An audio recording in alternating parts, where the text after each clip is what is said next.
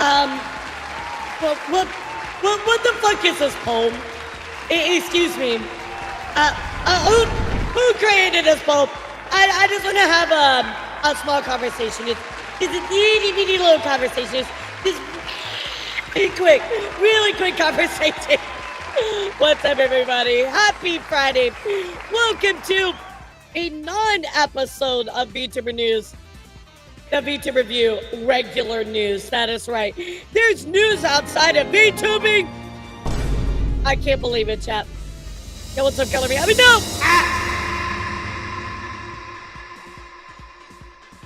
Wow, you gotta do me dirty like that. All right, I see how it is.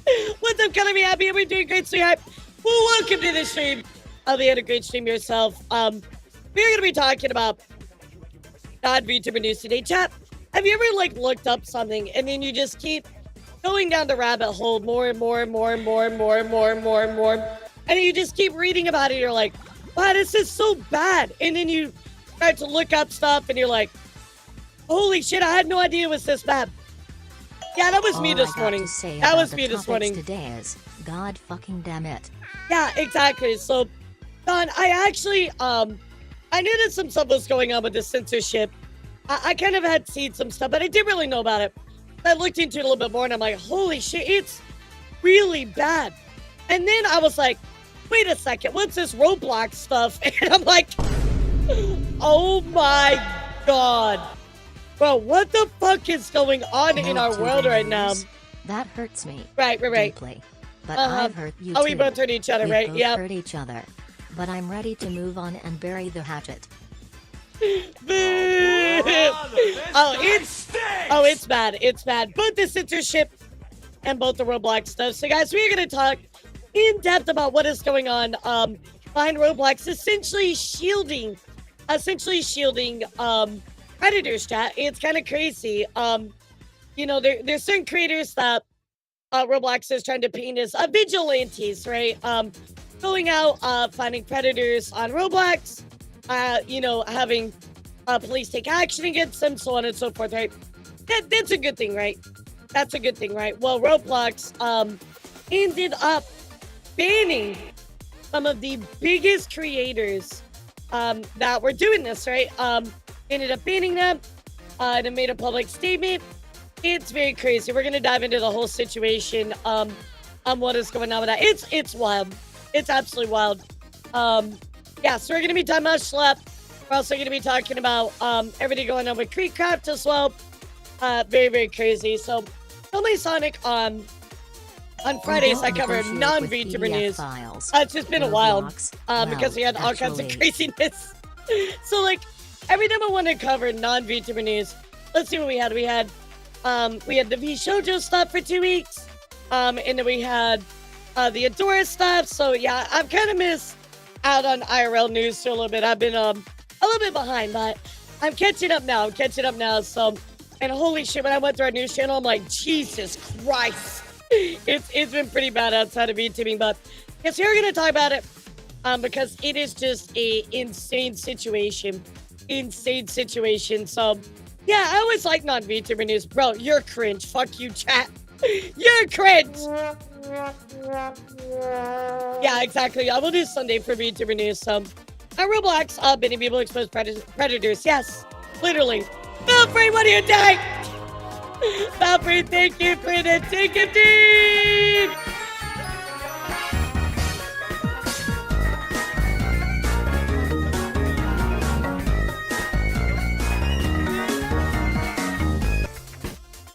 Thank you so much for the tip, Belfry.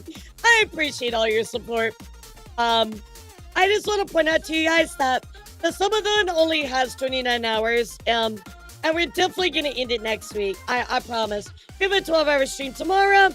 I'm getting this timer down to 0, chat. It's happening. It is in plan to cover VTuber news first, then IRL news. Yeah, so, I mean, VTuber news is something I know more about, so that's why I cover it more, but I do like to do at least once a week IRL news. Maybe we'll bump it up, considering all the craziness that's been going on. We'll see what happens, but yeah, right. Look, I'm winning this one. I'm winning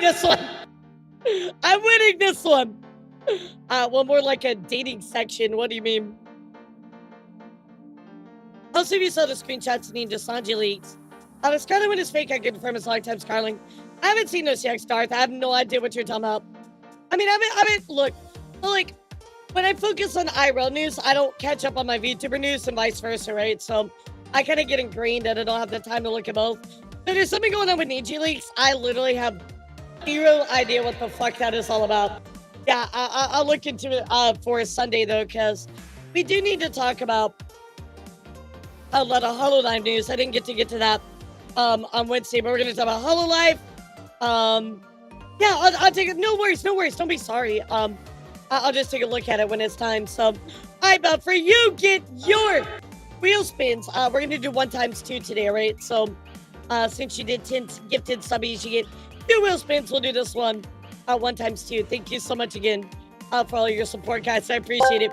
Oh, don't forget, tomorrow we are going to be celebrating my 4-year anniversary. Elara, which makes chat gift sub and raise the timer. Bro,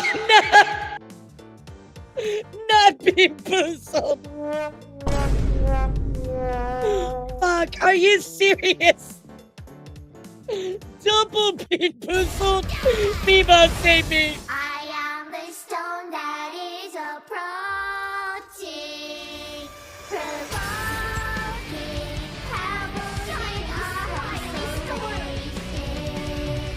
Bebo, make it go away, Bebo. 2 whole fucking beats. Fuck, dude, fuck. Alright, look, I'm reaching in here. Here we go, chat. Alright, we got a red one and we got yellow and red one. Let me see what these are. It's either old bandage or pomegranate, and peach or barf. Oh my god, I'm so fucked, dude. I'm so fucked. Alright, we're gonna do the barf or peach one first. Here we go. You guys ready? Here we go, chat. Please don't be bad. Please don't be bad.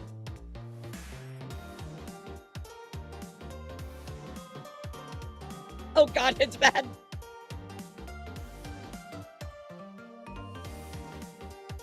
Okay, the next one is pomegranate or old bandage. Okay, I'm gonna eat out of it. Oh god! Oh god, it's bad. Oh no, it tastes like how cardboard smells. Like, oh god, it's so bad.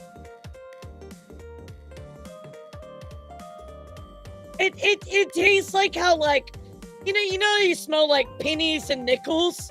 It tastes like that, chat.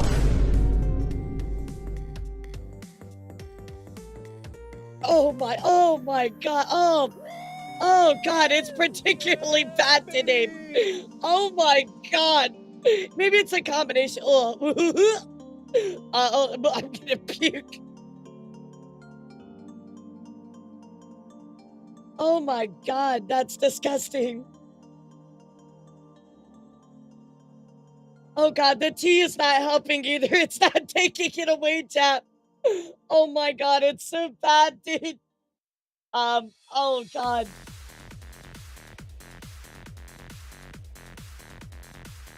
Oh my god. To drink pineapple juice first, Elara. Oh, it lingers. The taste is like how, like, fucking nickels smell. Like, it's like metallic-y cardboard. Oh god. Oh god, I really hope a cop chop fixes it. Jesus Christ. What's up, Pong? How are you? My god, that's gross. That's gross, dude. Yucky.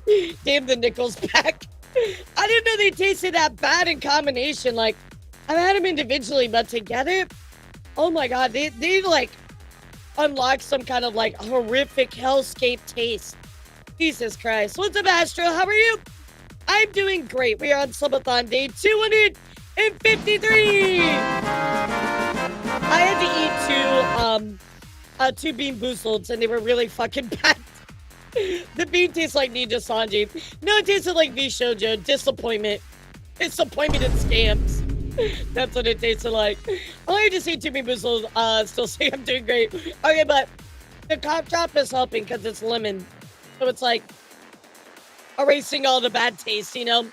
That's why I like citrus. It just like clears all the shittiness out. But how are you guys today? What's up with y'all? How are you?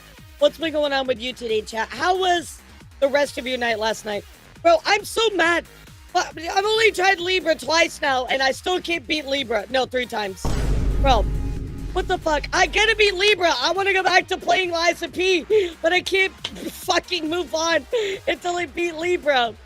It sucks. Tired is fucking working. That's, I mean, let me feel better. Bro, I swear I didn't even throw. I just think that I picked the 2 characters that are really bad for that character. No, I'm gonna rock it with Revenant. I can do it. Yeah, I can do it. Maybe I'll just do it by myself. Like every time that I play them by myself, I always beat it like really easily. Like Augur, Caligo, no problem. Solo. Maybe I just need to do that. Yeah, maybe I need to do a solo. Yo, fuck Lever. He's so good. I love it. I like his whole like ideology, you know? His whole thing is like chaos, right? He does such a good job of that. They really did a great job in his design. I do play Roblox, so I barely talk with other players. I'm staying safe on there. I just focus on the games, right? I mean, it's more for Luigi Fit. It's more for like underage people, right? Children that are being, essentially victims, right? I mean, they are victims. People are being predators towards them, right? They are the ones being preyed upon. It's really, really fucked up. Yeah, I think after stream today, gosh, I don't think I'm out of time today. I'm gonna have to do it sometime this weekend. Maybe we can do it on Saturday. Yeah, I don't ever touch Roblox either. I'm not, also nice to meet you, Morgan. Hi. I don't really like Roblox. I'm not a big Roblox fan, but,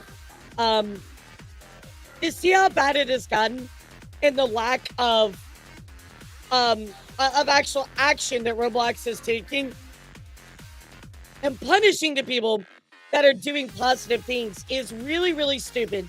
Like I understand it's one thing if people are going around within your game and kind of like finding predators, right? Like, number one, that looks bad, right?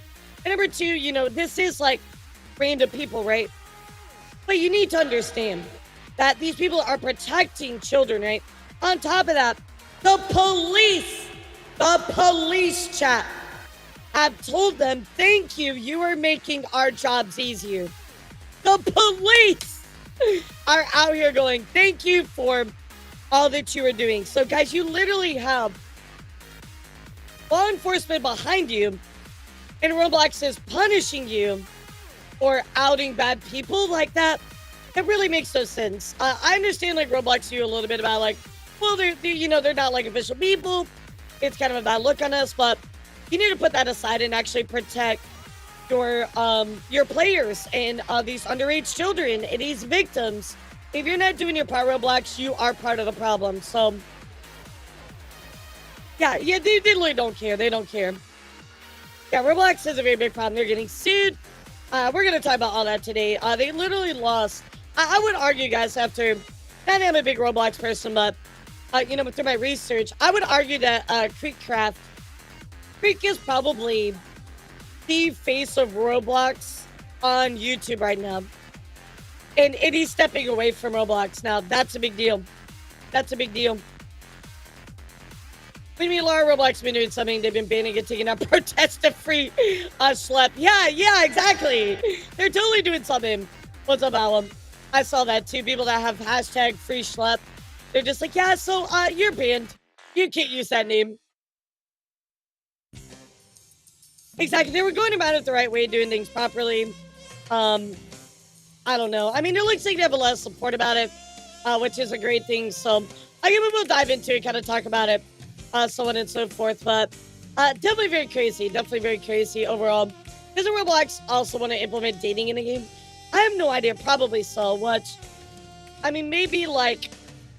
Maybe there's something for that if it's done in the right way, but I doubt it's going to be done the right way. So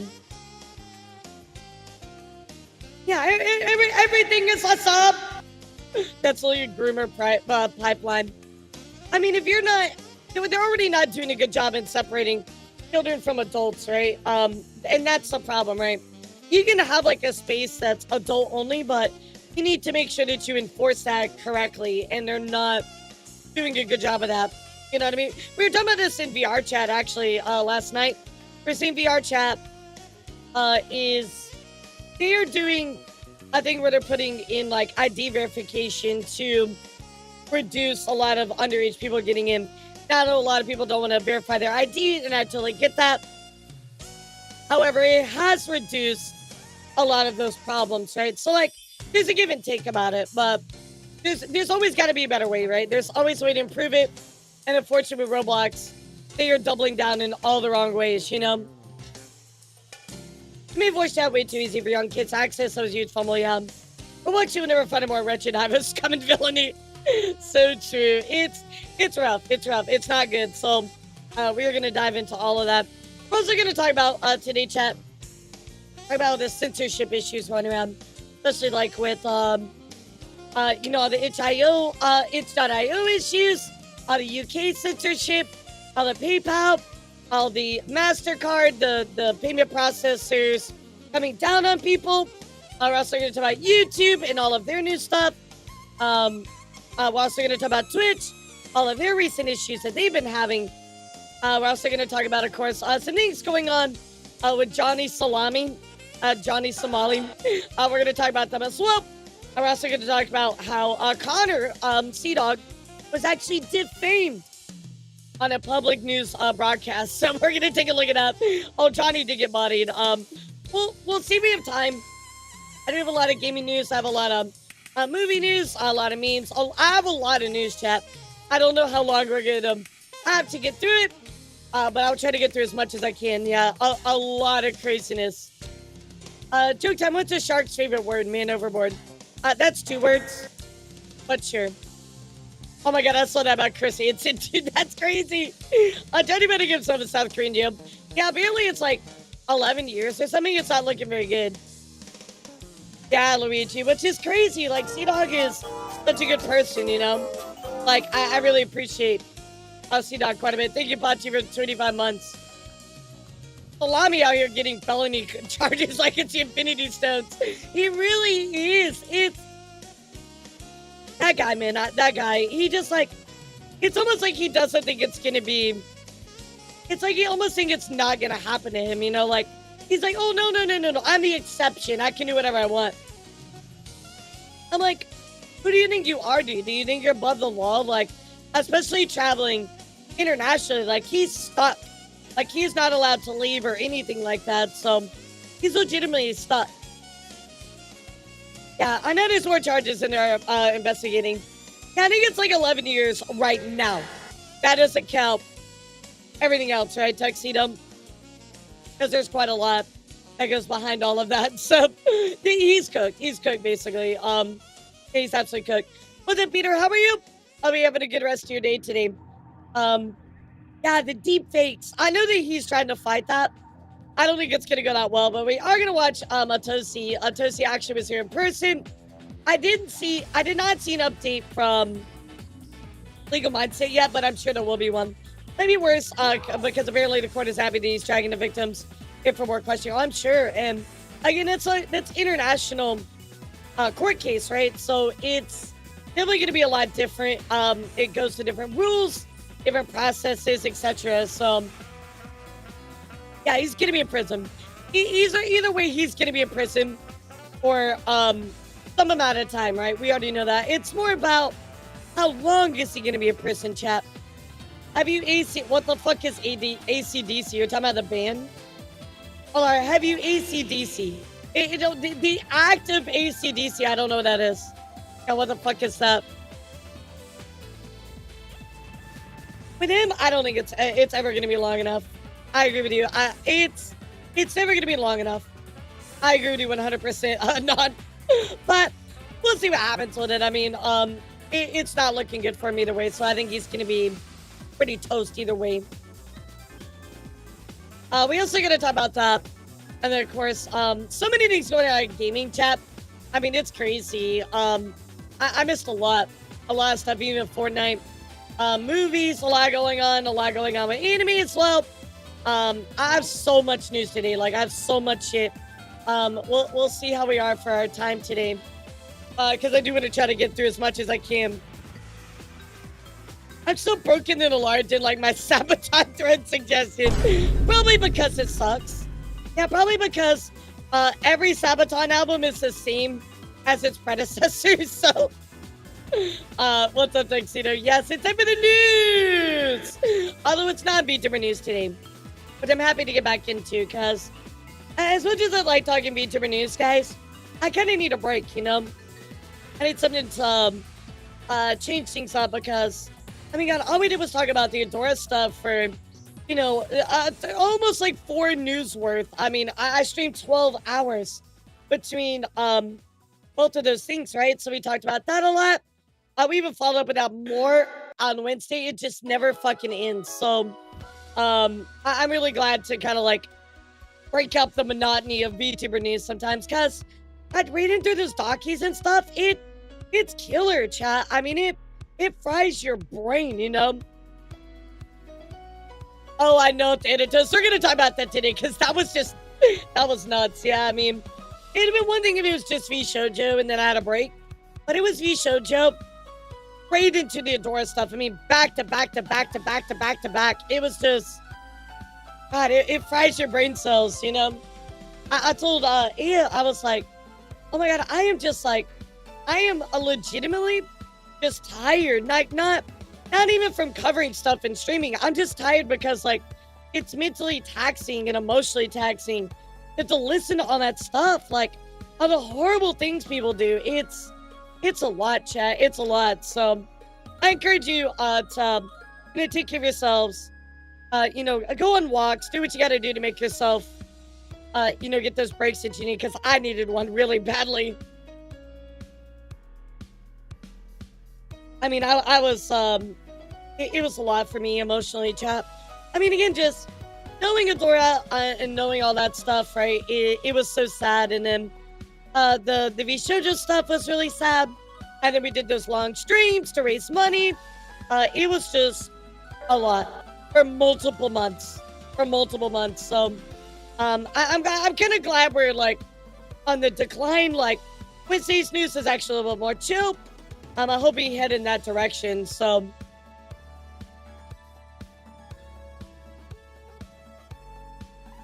I had to get the phlegm up. Can't wait for the later half of the year. Oh God. Oh, brother, I can wait for the later part of the year. Just think about how rough this first part of the year was, chap. How much worse do you think it's gonna get? How much worse do you think it's gonna get? Wait, why is the same song playing again? What the fuck? How much worse do you think it's gonna get? Because I'm like, oh my God, dude. We already done with everything once. I can't imagine. I cannot imagine the next 4.5 months. Like 2025 starts in October. Fuck. Yeah, I think it's gonna the reason that I say it's gonna get worse, chat, it's because we're going to continue to get a lot of the fallout of V Shoujo, right? We're going to get more stuff about the legal part. We're going to get a lot more stuff about, other things coming to light. But yeah, we have not seen the rest of the V Shoujo debacle. It's going to keep happening, child. We're still going to get more stuff. So, holy shit. I know it's coming, but I'm not ready for it. So, hi, kitties. If you're ready, I'm ready. Let's dive into our news. We are going to stop. We're going to start. I'm sorry, not stop. We're going to start with a little bit of content creator news. And I do want to start out talking about what happened recently with Connor. So, let's take a look, guys. Everybody type news. You know exactly what's going down. So, there's going to be a bunch more. There's going to be a ton more controversy, sadly, but we haven't learned everything about V Shoujo. That's a problem. We are going to hear more. So, guys, let's go take a look here because, unfortunately, guys, Sea-Dog was actually publicly defamed by a newscaster, and he had no idea. So let's go take a look at what exactly happened, chat. And this is a mistake. You cannot make a mistake like this. This is a huge mistake to make towards somebody. So let's take a look. The news clip. Yeah, you saw. Okay. Some people saw it. I was like, what in the is this? Like, how do you fuck this up? Legitimately. That's separate, bro. That's insane. Okay, you know, I'll show you now because I'm talking about it. This is insane, bro. Look at this. Okay, so you know, mind my own business. You know, I'm just vibing.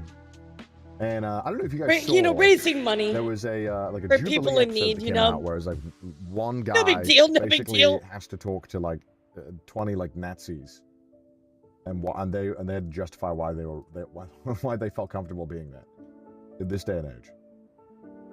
And it's like an awful video. You've seen clips of it everywhere. It's like this video is. I watched like 20 minutes of it. Yeah, that's true, Lockdown. I won't even deny you on that one. Anyway. You're not even lying. Okay, I'm not going to talk about this. Not going to bring it up, right? Was not going to bring this up until I got included in this. Look at this. Watch this, dead ass. Look at. I'm not kidding you. This is literally, chat. I want you to know. Like, we talk about crazy stuff happening on stream. This right here is just blatant, just not caring. Just laziness. Absolutely unacceptable. Watch it for a minute. You'll see. Unacceptable. This is some. I don't know what this is. The Hill. I don't know what the fuck this is. Okay. Mehdi Hassan. This lighting is horrific, by the way. Just gonna. What is this background? What is this fake? Okay. Yeah, it looks like AI or something. That was set up in the latest episode of Surrounded. One participant has since been fired from his job over comments that he made during the debate. Let's take a look at the comments in question. Okay. Are you a fan of the Nazis? Well, they persecuted the church a little bit. I'm not a fan of that. But what about the persecution of the Jews? Well, I mean, I certainly don't support anyone's human dignity. Terrible. Like, these guys are all fucking awful people. Nazi persecution of the Jews. Anyway. I think that. So this clip goes on, right? A little bit of persecution and stuff like that, which is bad. And this guy is What's called up, Gugu? Connor, how are you? by the way. Just so you know. Just so you know, this guy's called Connor. Terrible day for Connors. Terrible day for Connors out there. You know, I mean, maybe that's a good point. Gungus, however, like, ultimately, you're still going to be responsible for that. Like, you read it. Just because you're a newscaster doesn't mean that you shouldn't be doing your own research. You are part of, a crew of people, right? So, like, there isn't an excuse at the same time. But I do get what you're poking at, right? Right. I was already aware that Connor was a pretty generic white name. I couldn't get away from that, but like, look, anyway, because you're a little bit more than a far right Republican. Hey, what can I say? I think you could say I'm a fascist. Yeah, I am. Insane to say that out loud. The man who identified himself as Connor doubled down. Okay. I quite frankly don't care. Was that really necessary? Was that cut there necessary? Think about me. Yeah, actually, that was a really poor cut. I'm not gonna I won't even front on that. That was a horrible cut. Oh yes, dear. Oh yes. The feeling is mutual. So being a Nazi means upholding human dignity because I even believe in your dignity. I don't in a state that I wouldn't normally talk about this shit on stream, but wait for it. Or anything like that. But quite frankly, I don't debate fascists. Okay.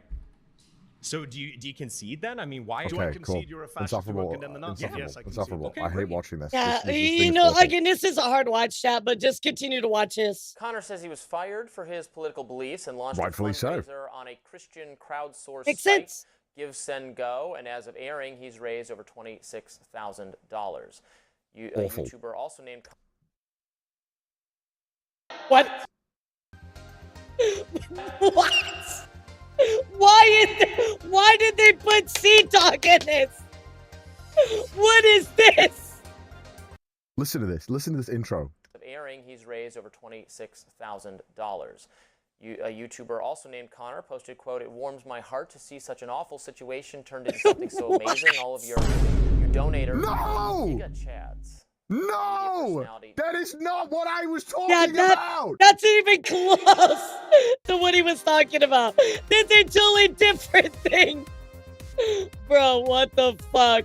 I'm talking about a different fundraiser! What the fuck, Holy dude? shit, dude. That is insane. Totally different. Yes, it does. It unfortunately has an acronym. There's IDF, and I guess that maybe they thought, because, but look, totally different. I am not. This guy is a piece of shit. I'm talking about something else. Do you not have a single journalist who is doing their job correctly? What is this? Why am I in this? Insane. This is insane. What the fuck? What the fuck, dude? Okay. I mean, it is literally slander. Bro, like, you can do something about that. Damn job. To be fair, it's the Hill. I've It- never yeah, seen yeah, someone okay, I use mean, that that's as a fair, that's reputable fair. news source. Okay. All memes aside, I absolutely hope they fucking Holy cut shit. this out Yeah, and remove it. the sharks are coming in. Otherwise, I fully intend to find other means to do so. What a piece of shit. I do not want to be associated with any of these fucking morons. Isn't that legal? Isn't Yes, it? it's Yeah. illegal. It Of course literally it is He's putting defame. words in my mouth. It's What the defamation. heck? Like, they literally took what they said and painted it in a different narrative. Like, what My the God. fuck? Dude, my lawyer messaged me. He was like, bro, more billable hours, huh? I was like, I cannot believe, chat, that we were covering all our own news, right? The Nazis- I did not get to cover this because I just straight up missed him up. I wanted to talk about it with you guys because it's literally just absolutely insane to do that to Connor, of all people, right? Connor is such an amazing creator, amazing guy, does so much for charity. I mean, he is just genuinely a good person, right? For you to defame him like that is just absolutely wild. That's a defecation. Wait, defecation! Why are you defecating out here, Mars? Dang, autocorrect got you good on that one. Very catastrophic. So, absolutely insane, chat. Absolutely insane. So, today, chat, I do want to dive into a very big situation going around right now. We're just going to hop right into it. And I want to talk about what has recently been going on with the Roblox situation. Now, in case you're not familiar, Roblox, you probably know Roblox, but Roblox is a very, very, very, very, very, very large game. I find That, it funny Connor's is very lawyer well known. said more work hours lot of people instead play of it, saying millions of people so. play Any it. plans for how you'll spend the money you're about to make? Yeah, right? So, obviously, a lot of adults are on the platform, the game. However, a lot of children are on the game as well. And because of that intermingling of children and adults, unfortunately, chat, there are very bad people who are doing very horrible things because of that. And they are preying on young children. There are a ton of predators, chat. Well, there are particular YouTubers that their content is to go out of their way to find these predators and expose them, right? Work with local law enforcement to out them, right? And to serve up justice, right? So anyway, I want to start here with just example of why Roblox is really, really bad. So this comes from Creek Craft, who is somebody we're going to be talking about a lot today. And Creek goes on to say that Roblox claims that they take reports of bad actors and inappropriate behavior seriously. I wanted to put that to the test. I made a fresh account and joined Meep City, one of the most played games on Roblox, to see how long it took for me to see something bad. Here are the results. By the way, chat, this video is only 52 seconds, if that tells you anything. So here we go. So I've just made a fresh account, brand new Roblox account. I'm going to go ahead and I'm going to join Meep City. And I just want to see how long it takes until I see something inappropriate in the game. All right, so I'm going to go ahead and join on. Again, chat, this is a new account, fresh account, hopped into it, doing his own thing, right, chat? Brand new, right? Hopped into Meep City. So how long do you think it's going to take for him to find something inappropriate, chat? How many seconds? How many seconds? On it. This is a fresh account. All right, never played on it before, and yep, there's a penis. So there you go, chat. Literally like 8 seconds. Literally like 8 seconds. Yep, that's right. My guy that was obviously trying to imitate a pee-pee. Yep, yep. Children are getting exposed to that. That quick. That quick, chat. That's all it took. That is all that it took to be exposed to something like that immediately. Now imagine that as a child, right? Somebody is underage, that obviously should not be exposed to anything even close to that, right? Imagine that a child a parent lets their child on to play a game that they think is wholesome and good, and then it turns into this, right? That's about let's see here, about 10 seconds. So just to give an example of how bad this problem is on Roblox here, it's like that was a random server. I don't have any friends added. There's no one, this isn't a trick or anything. I just joined a 0 random connections. server.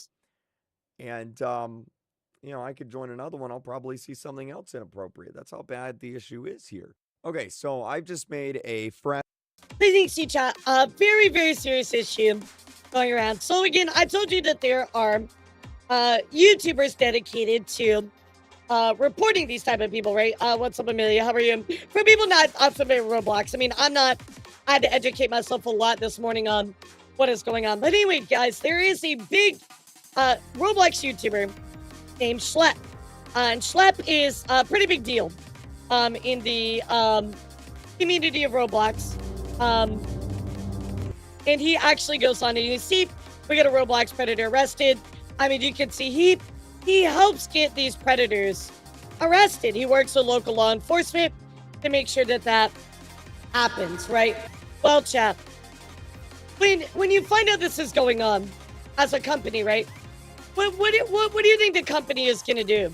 Do you think they're going to say thank you? Do you think they're going to support them? What do you think is the right thing to do when people are doing this kind of stuff and working with law enforcement? What do you think they should do? Do they support that? Please tell me they didn't give him a lawsuit. Yeah, no, they straight up sued him. So let's go take a look here at Schlep, who is going to be discussing that he indeed was threatened by Roblox to be sued, chat. That's right. That's right.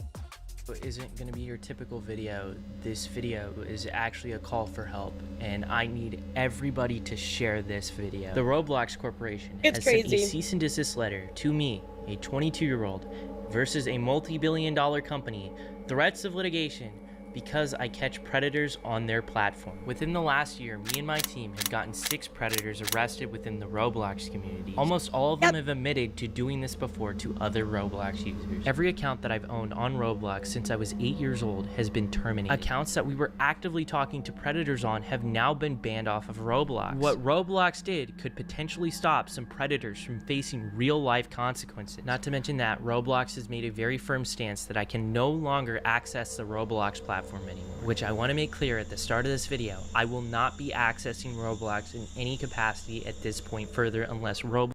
So let me get this straight. You are helping keep our community a safe place. Oh, you know what we should do? I got an idea. Let's just ban you. Bro, the problem is like, okay, look, a company can argue like, oh, well, we have systems for that, right? But if your systems are working, this guy would not have to exist, right? You know what I mean? Like, if your systems truly and honestly work, why is this guy having to do what he has to do?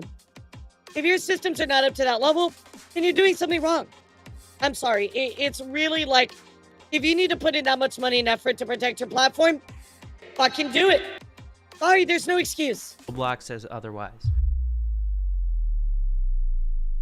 This is pretty heartbreaking to me because I've been playing Roblox since I was a little kid. I've loved this platform. I still do. I met my current girlfriend who I've been dating for 3 years. I live with her. We first met all the way back in 2016 through Roblox. I love so much about this site, and that's why I'm so critical of it, because I want to see it do better. The stuff that they've sent me in the cease and desist letter is actually laughably hilarious. Roblox is actively claiming that I am hurting their players. Here's an email. I didn't ever plan on showcasing this in a video, but this is from a kid who was thanking me for getting someone he was groomed by arrested in real life. He said he recognized him from my video, and here's some cool fan art he made of me. Roblox is claiming that I'm engaging in simulated child endangerment conversations. What? So one of the fundamental basics. What the fuck? What are they even talking about?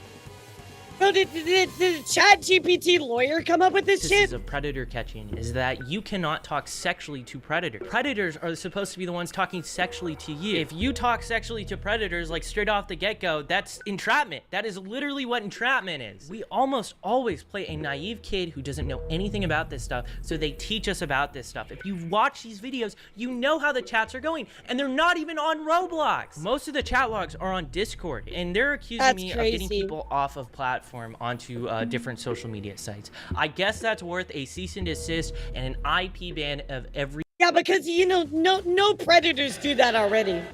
Directing user to move conversation on platform. You said what? You send a cease and desist over this. Oh my God! How can you tell somebody to talk to you on Discord? Yeah, no, bro, we gotta cancel you. Like, what the fuck? Every single account that I own. Roblox That's is just absolutely crazy. on something with this. I can't even fathom that. They also say sharing or soliciting personally identifiable information. I have no idea what they're referring to this. I would love to know what they're talking about. Are they referring to the fact that I give the information of the predators that we find to the police? Like, the people we're talking to are predators. Like, does Roblox understand that? And again, they're not like just trying to do like a citizen's arrest or some bullshit, right? Like, they're actually involving law enforcement, showing them all this proof, and law enforcement is thanking them for all of the work that they're doing. So if you're going through the legal channels correctly and you're enforcing justice in the correct manner, why do they have a problem with this? It makes no sense whatsoever at all. I literally have no idea. If they thought something was genuinely wrong, they could have reached me out so easily. I think the most insulting thing is that they told me I'm not reporting people quick enough and I'm not reporting them through the right outlets. Tell me the right outlets. I have been trying to figure this out for like a year now. This here is... This is part of the problem. If you don't know, guys, historically, through my research as well, and we'll see this in other videos that we will watch. Basically what it is they have a system, right? But their enforcement system is so slow and so lackadaisical that nothing ever gets done. So they're like, oh, well, you gotta report it. But they've been reporting it and nothing happens. And that's part of the problem. Nepali incel. This person actually made credible threats to the Las Vegas Roblox in a Roblox game. on. And I saw this with my own two eyes. And the reason why it's a credible threat, it is because the FBI went ahead and arrested someone for making threats within that same game. I made a moderation ticket about it, and I even actually made a report to the FBI about this. Where is the cease and desist letter for him? Where is the IP ban for him? Are you gonna ban all of this dude's accounts? Probably not. But back. And that's part of the problem. Again, they're just very lackadaisical. They're not really on top of it. Yeah, it's really, really rough. It's really, really rough stuff. They're saying, oh, go unify these systems. But again, there's no actual follow-up and nothing actually being actioned. Back to the predator catching stuff, this is literally how it goes. We go to roblox.com/support, submit a moderation ticket, and then fill out the prompt. Yeah, they with really all are. The They just want money regarding our arrest, and give you guys the same Google Drive that we give to the cops. And in a lot of instances, Roblox won't even ban after we reach out to them regarding felony arrests. What I typically have to do is report cases to the National Center. Let me get this straight. So they actually get arrested for a felony. They report it, and Roblox goes, I mean, that's cool, but, nah, that's okay. We'll get back to it later. Like, what the fuck? They're literally proving to you a felony arrest. And they're like, yeah, but it's okay. It's all right. I mean, you know, that's the real world, not our fantasy world of Roblox. Like, what the fuck? For missing and exploited children, or go on the news to show gameplay of our they just don't care. They literally don't care. Roblox. I've literally felt so lost at trying to get the attention of Roblox regarding these predators. I've created binders with all the chat logs, and I've sent it to their headquarters in San Mateo, California. This is the first time Roblox has ever directly reached me out. Instead of trying to say, hey, we want to work. It's really sad that the first time that they reach out to them is to send them a cease and desist, not hey, we want to work with you for all the things that you're doing to help us, right? My God, dude. Like, Roblox is so fucking stupid.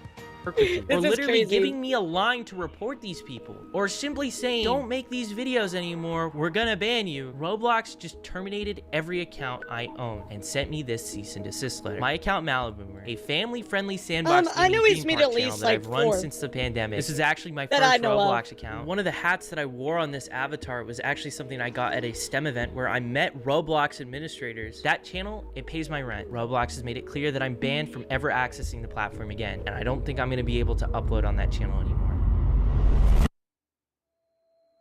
When I was a kid, literal like a binder of I was physical groomed on evidence, Roblox and they're like, by "Nah, a it's popular good. developer. We He don't need that." manipulated me. He used power dynamics over me and frequently exposed me to gore and not safe for work material and loads of other stuff that a kid should never see. It was so bad that I actually made an attempt. While I was in the hospital, my mom contacted Roblox. They brushed her off. That predator went on to groom more victims before Roblox finally banned him. Years later, by the way. Even after that, I stayed on the platform. I loved the community, but as I ran Maliboomer, I kept spotting these predators, even in an innocent sandbox theme park game. Then I started Schlep, and the emails from victims got worse every single day. And that's when I started catching predators on Roblox. And that's when my fate got sealed on this platform. Yeah, they refuse to actually enact some type of moderation because at the end of the day, we know the answer. It costs money, and they don't want to spend money. It's very blatant that they don't care. And it's really sad that they're not willing to partner with these people that are actively improving their platform, right?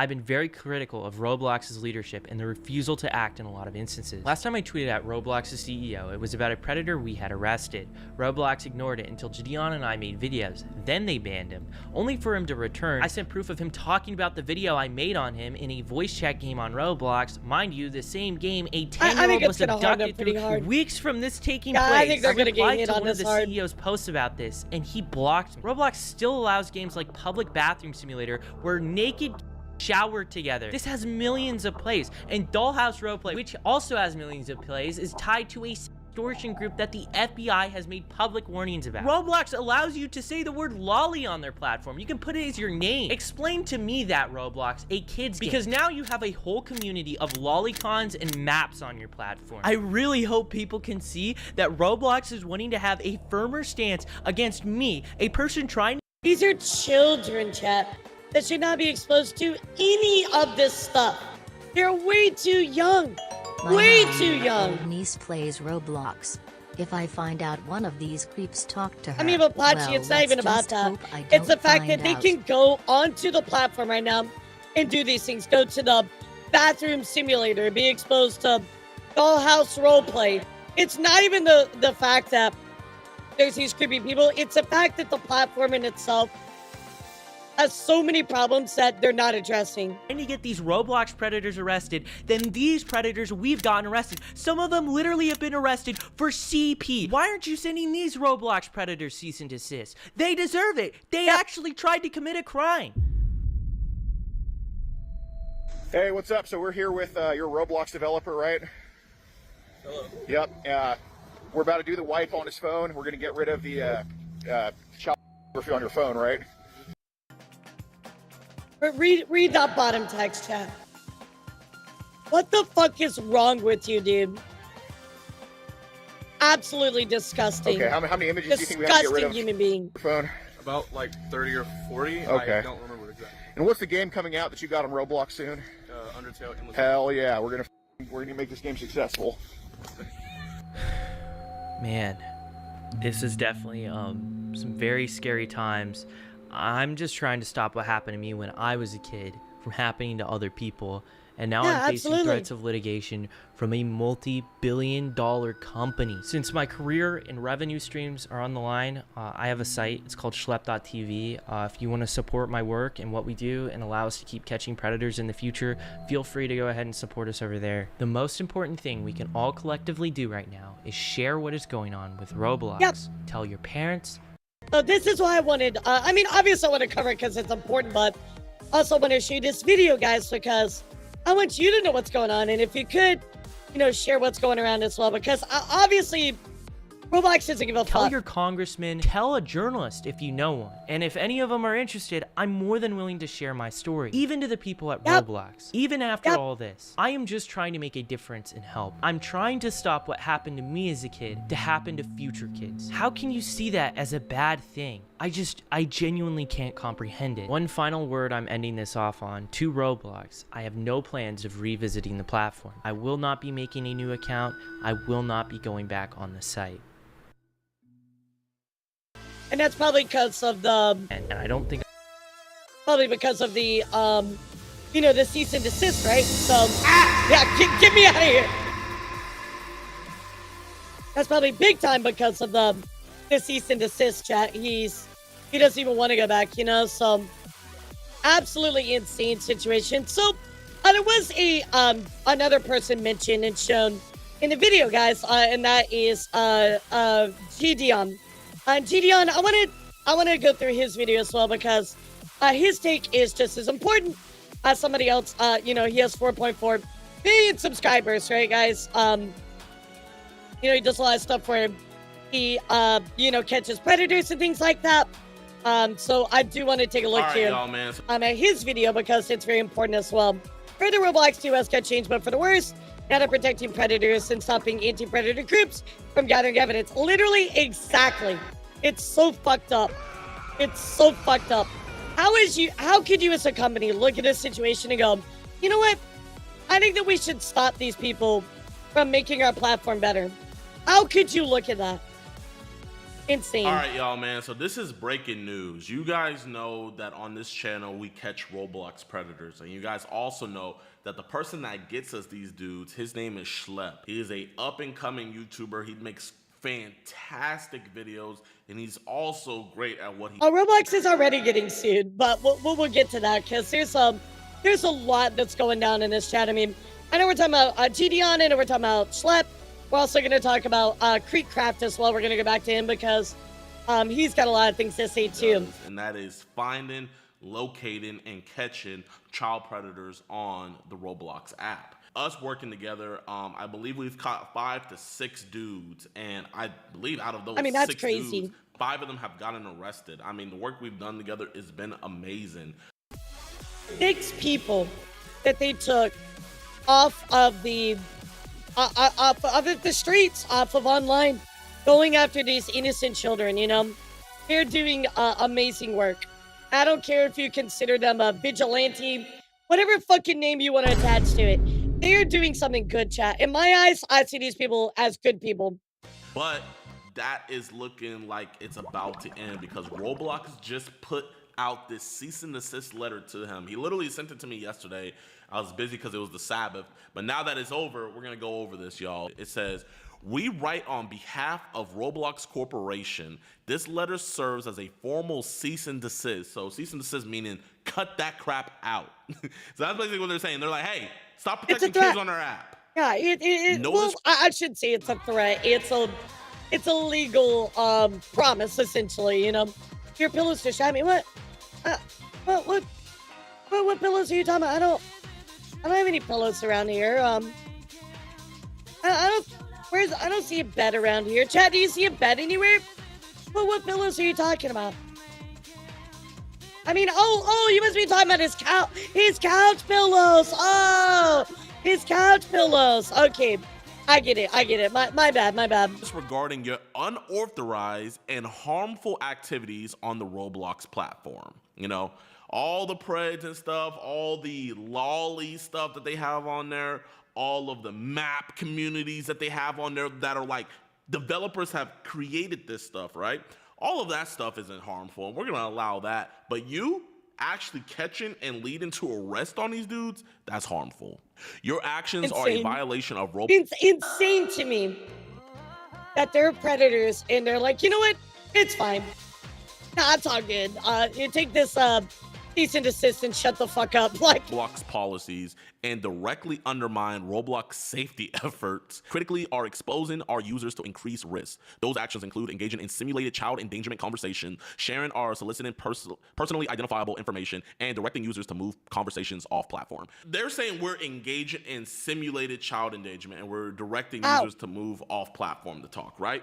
So I'm trying to figure out so let's say I just go on Roblox, right? And I meet another person who's of age on Roblox and I'm like, and what's to talk on Discord? Is that the same thing? Would that be breaking your guys' terms of service, having a conversation off platform if both parties are how many people realistically do you think go onto a game on a platform, meet each other, hang out, and then go to another platform to talk?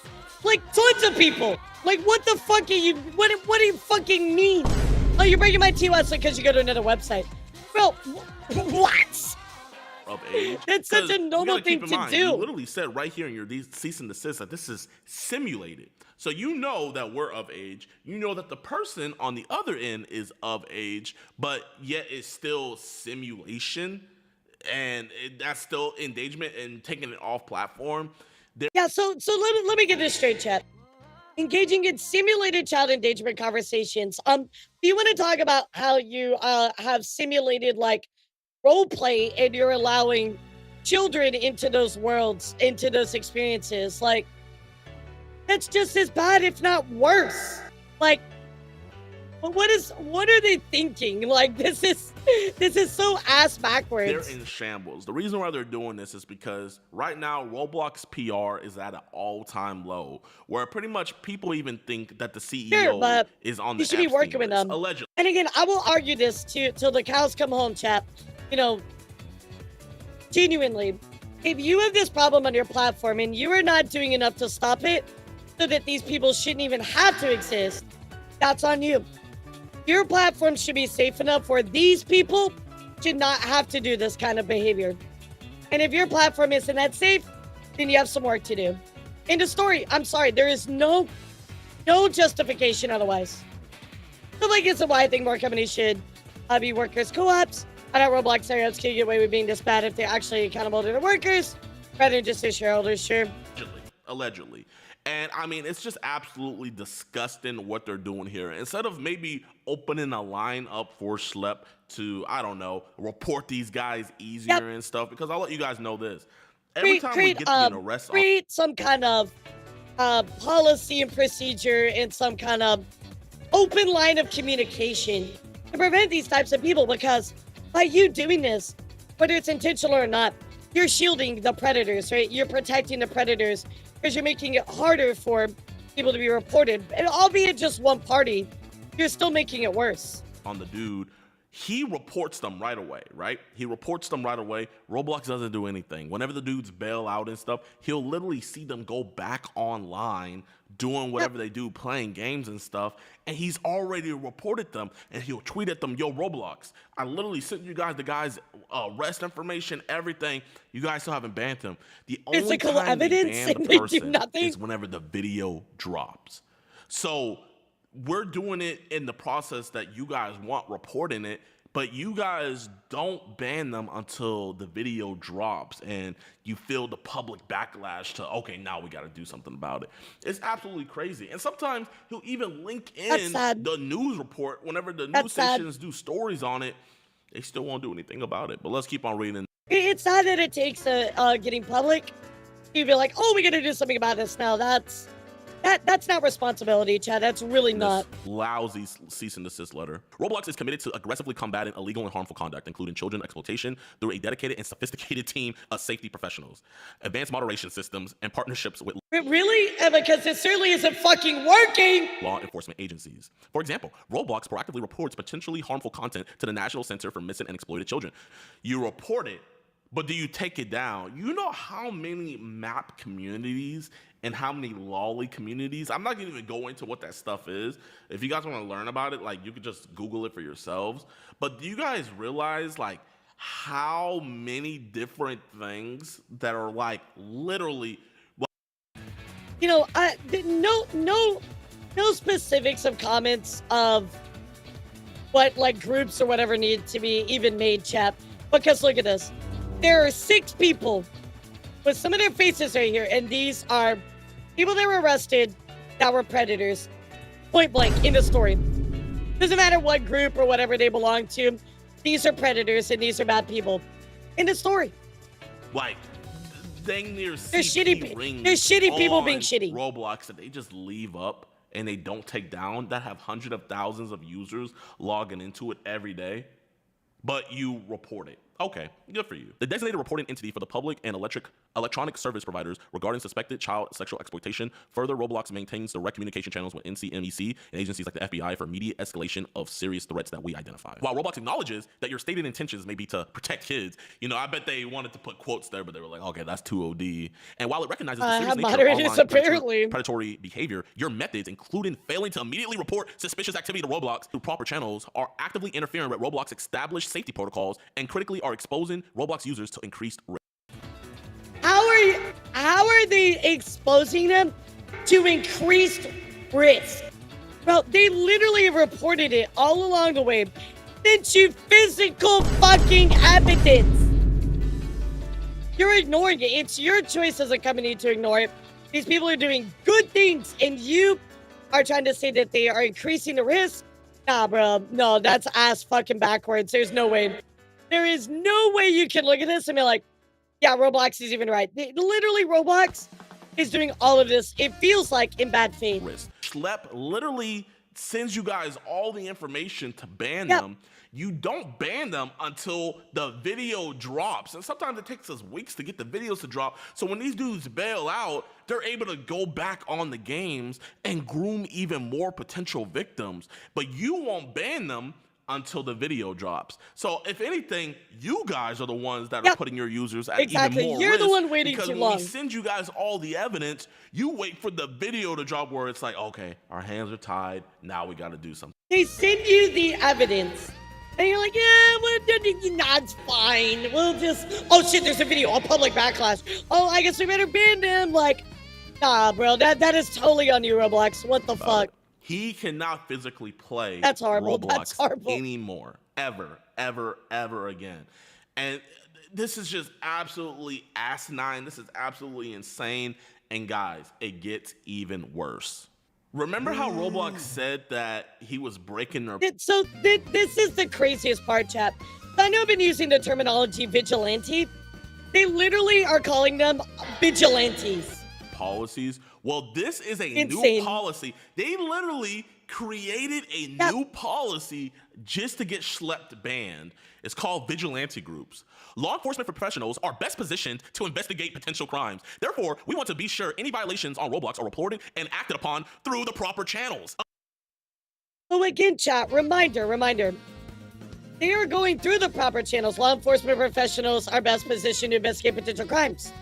Yes, that is why they pass along all of this stuff to law enforcement professionals. That's exactly why they do that. Unfortunately, there are cases of vigilante groups or individuals violating our policies to entrap users or otherwise self-police the platform. Wait. Okay, they're calling Schlep and us vigilante groups, right? The definition of a vigilante is someone that takes the law into their own hands. Throughout and that's any not what of they're our doing. Roblox interactions, have you guys ever seen us beat the crap out of these dudes, handcuff them ourselves, take them over to... No.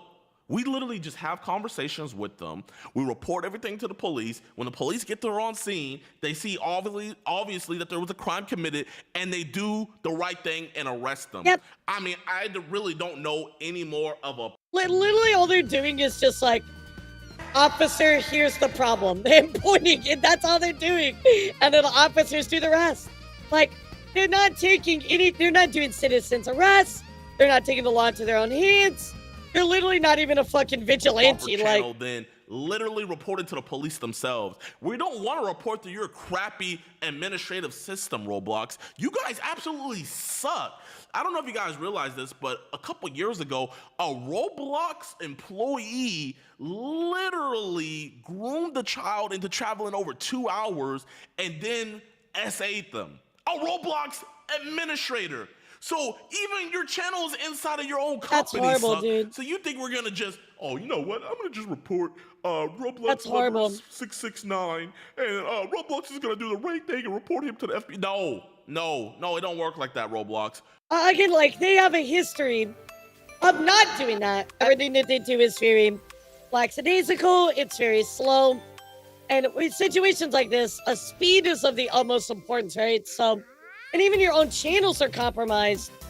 Nah, bro, nah. The way we do it is the right way because we go through actual channels that work. Yep. Because whenever we do report, whenever the guys get arrested, and whenever the guys, like all the messages and stuff that they sent, you guys don't respond.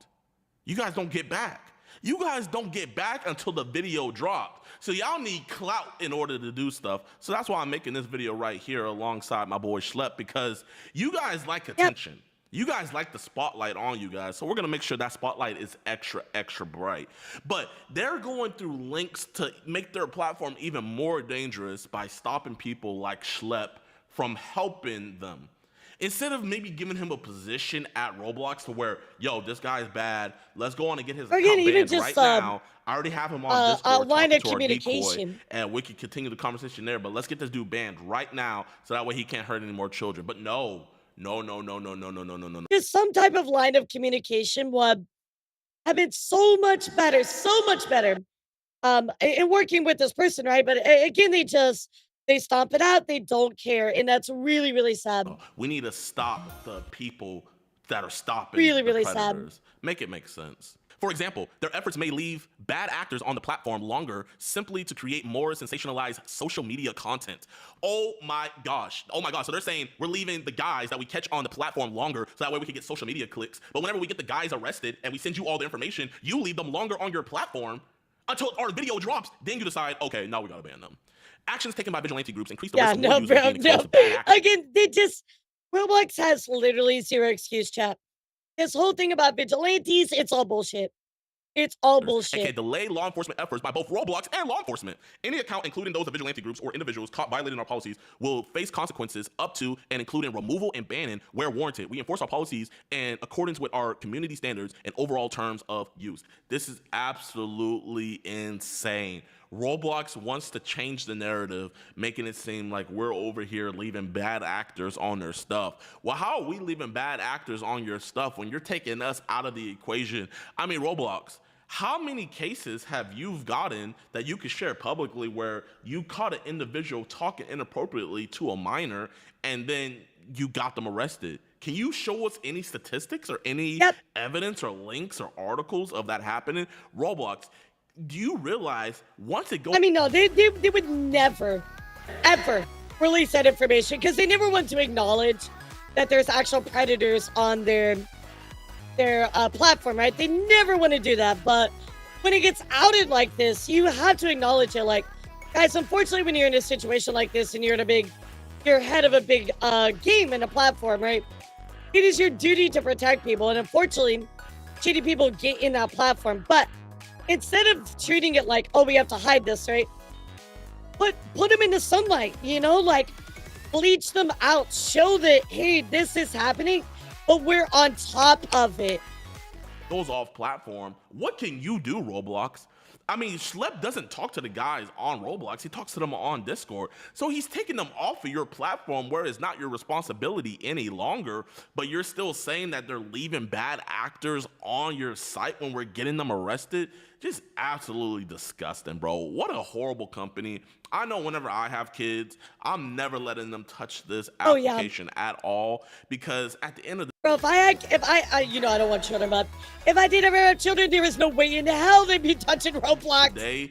These people do not care about protecting children. What they care about is their bottom line. And when you got these YouTubers every week, week in and week out, catching predators on their site, it's a horrible look because they realize, oh my gosh, we suck.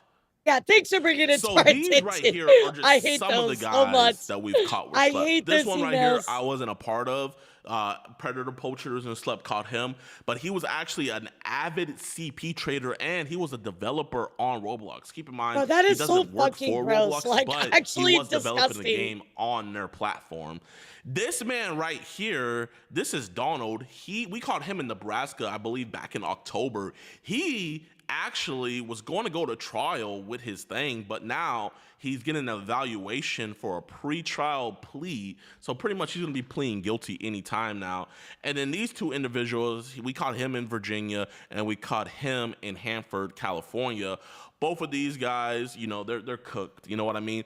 But the crazy thing about it is all four of these guys that they're you gonna see go on a right list here, or something like when that, you we know, caught chat. them, Schlep reported them immediately to Roblox with their arrest details, with the messages that they sent, and Roblox didn't act on banning them until the videos dropped. So we got Schlep. Let's see what he said. He said, no matter how it gets painted, me and my team got 6 predators arrested within the Roblox community in under a year. Praise God. That is a huge accomplishment. I mean, that, guys, if you think about that, 6 people in a year, that is incredible. That is a huge amount of work that that Schlep put into that. I mean, again, that's 6 people that were really, really bad, removed off of the platform. So really, they were doing some insane work, like good work, right? But that's also, like you said, Vector, that's really scary. At the same time, acknowledging that there are 6 people that were just out there like that. I sleep well at night knowing these people will not be able to abuse any more children on Roblox. My work will always have amounted to something.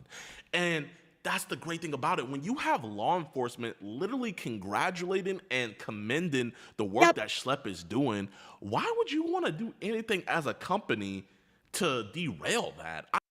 And this is why I mentioned this before, Chad. I want to make sure it's very, very clear. They had law enforcement's backing. Law enforcement was happy to work with them. Law enforcement was very thankful, commending them. So again, why, as Gideon points out here, why the fuck would you be against that? They're doing good work. I mean, that's just so weird. And look at this right here. This right here is a press release from the Hanford Police Department. This is the guy that we caught back in June. His name is Emmanuel Gonzalez. Was grooming what he thought was iPhone 13, right? And he also admitted to grooming other, you know, real life victims. Keep that in mind. But this is the police department that came out and arrested him. They said, the Hanford Police Department is always grateful for information from the public that leads to an arrest, especially involving serious crimes of this nature. Literally said, we are so thankful that people are passing along this information. They literally said it. The police department is thankful. Why are you? Bro, Roblox is next level stupid. You cannot make this shit up.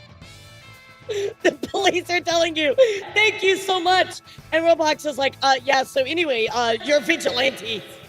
Like, why are they pretending like they're fucking like Batman out here, you know? Like, that being said, we urge members of these particular groups to operate within the confines of the law and exercise caution for the safety of themselves and others. So they're telling us to be safe, which we always will be. We stay prayed up every time we do this. So this is a guy that me and Schlep caught together, and this is the Hanford PD.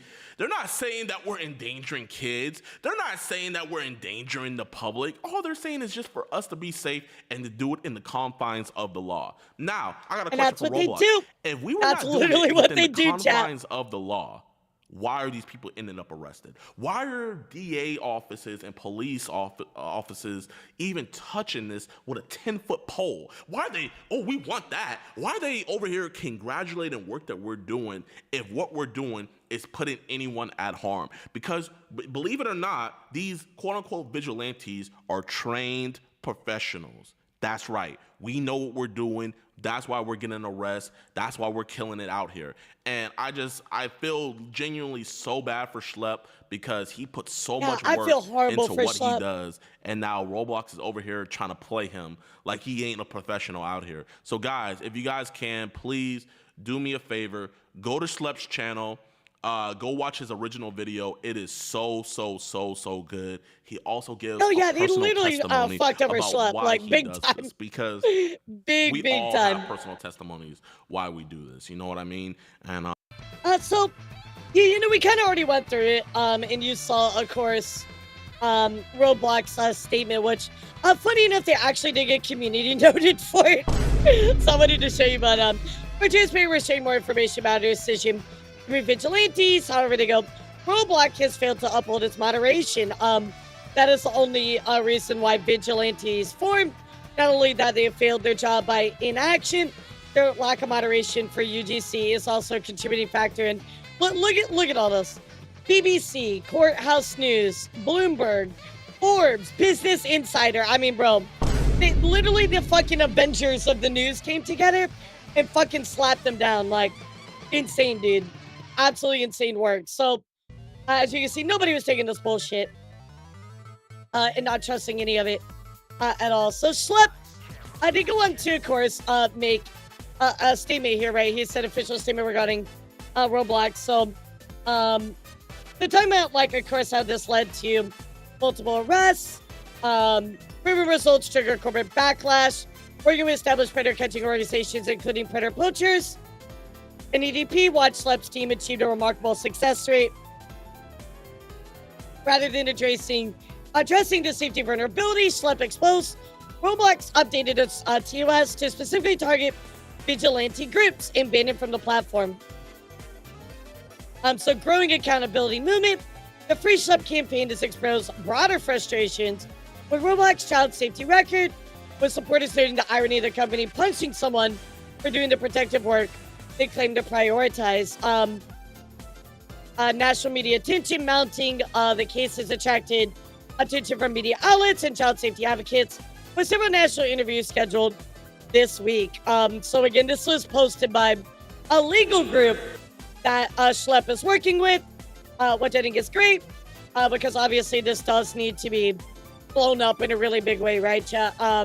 Just absolutely crazy again that they are trying to stifle him helping their platform, right? So anyway, let's get a look here at what Creekcraft had to say about the situation as well. And he is important just because I would argue he is the face of YouTube Roblox right now. So for him to share his opinion and also his follow-up as well is very, very important. So let's take a look. Okay, just finished streaming.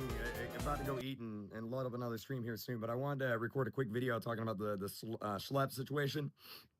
Excuse me, I just finished streaming like 5 hours, so I'm kind of like kind of out of it right now. But Schlepp's another YouTuber, Roblox YouTuber. He got a cease and desist this morning from Roblox, basically saying that he is like permanently banned off the platform, can't talk about Roblox, can't do anything with Roblox, or they will sue him, right? Kind of basically like what they did with Ruben Sim. And like, look, I've disagreed with some of the practices or, you know, certain situations that you know, he may have taken. There may have been, you know, better ways to do X or Y. But I think overall, you know, knowing him and knowing the team that's kind of like, I think if anything, let's say you disagree with Schlepp, right? Like, well, which is okay. Maybe you disagree with how he does it or whatever. I think the one that you have to acknowledge is he is a net positive in the community of what he's doing, right? I don't think that can be argued against. It is a net positive around him. Whether you disagree with his methods or whatever. Along with like some of the other YouTubers, right? Like Gideon. Hopefully I'm pronouncing that right. Embarrassing if not. I met the guy in real life. But you know, like knowing these people, it's like they're not maliciously doing this. They don't have malicious intent, right? They're doing this because Roblox is failing to do their job, right? That's right. And like, look, I'll say this, and hopefully I don't get in trouble for this, but you know, if I do, whatever, screw it, right? When does that stop me? Here's the thing. I know Roblox does a lot of moderation stuff behind the scenes. I know there is a lot of stuff that they you know, go through and do on a daily basis, right? The amount of people that they sue, that they go after legally, like I have seen it. I have been. I mean, illegal moderation is definitely not the same as protecting your users, but I mean, he is at least saying, hey, look, like, you know, I'm trying to do something, at least support that Roblox is trying to do something with moderation. However, you know, the argument has to be made. It's probably not enough. I'm doing good, Skyrider. How are you? Been to Roblox headquarters. I have talked to these people. I have seen some of the stuff. I can't. Yeah, literally, Alberto. We just saw that in the past videos. NDA, right? I'm legally not allowed to, but like I know Roblox does it. The problem is they don't do. It seems like they don't do enough of it.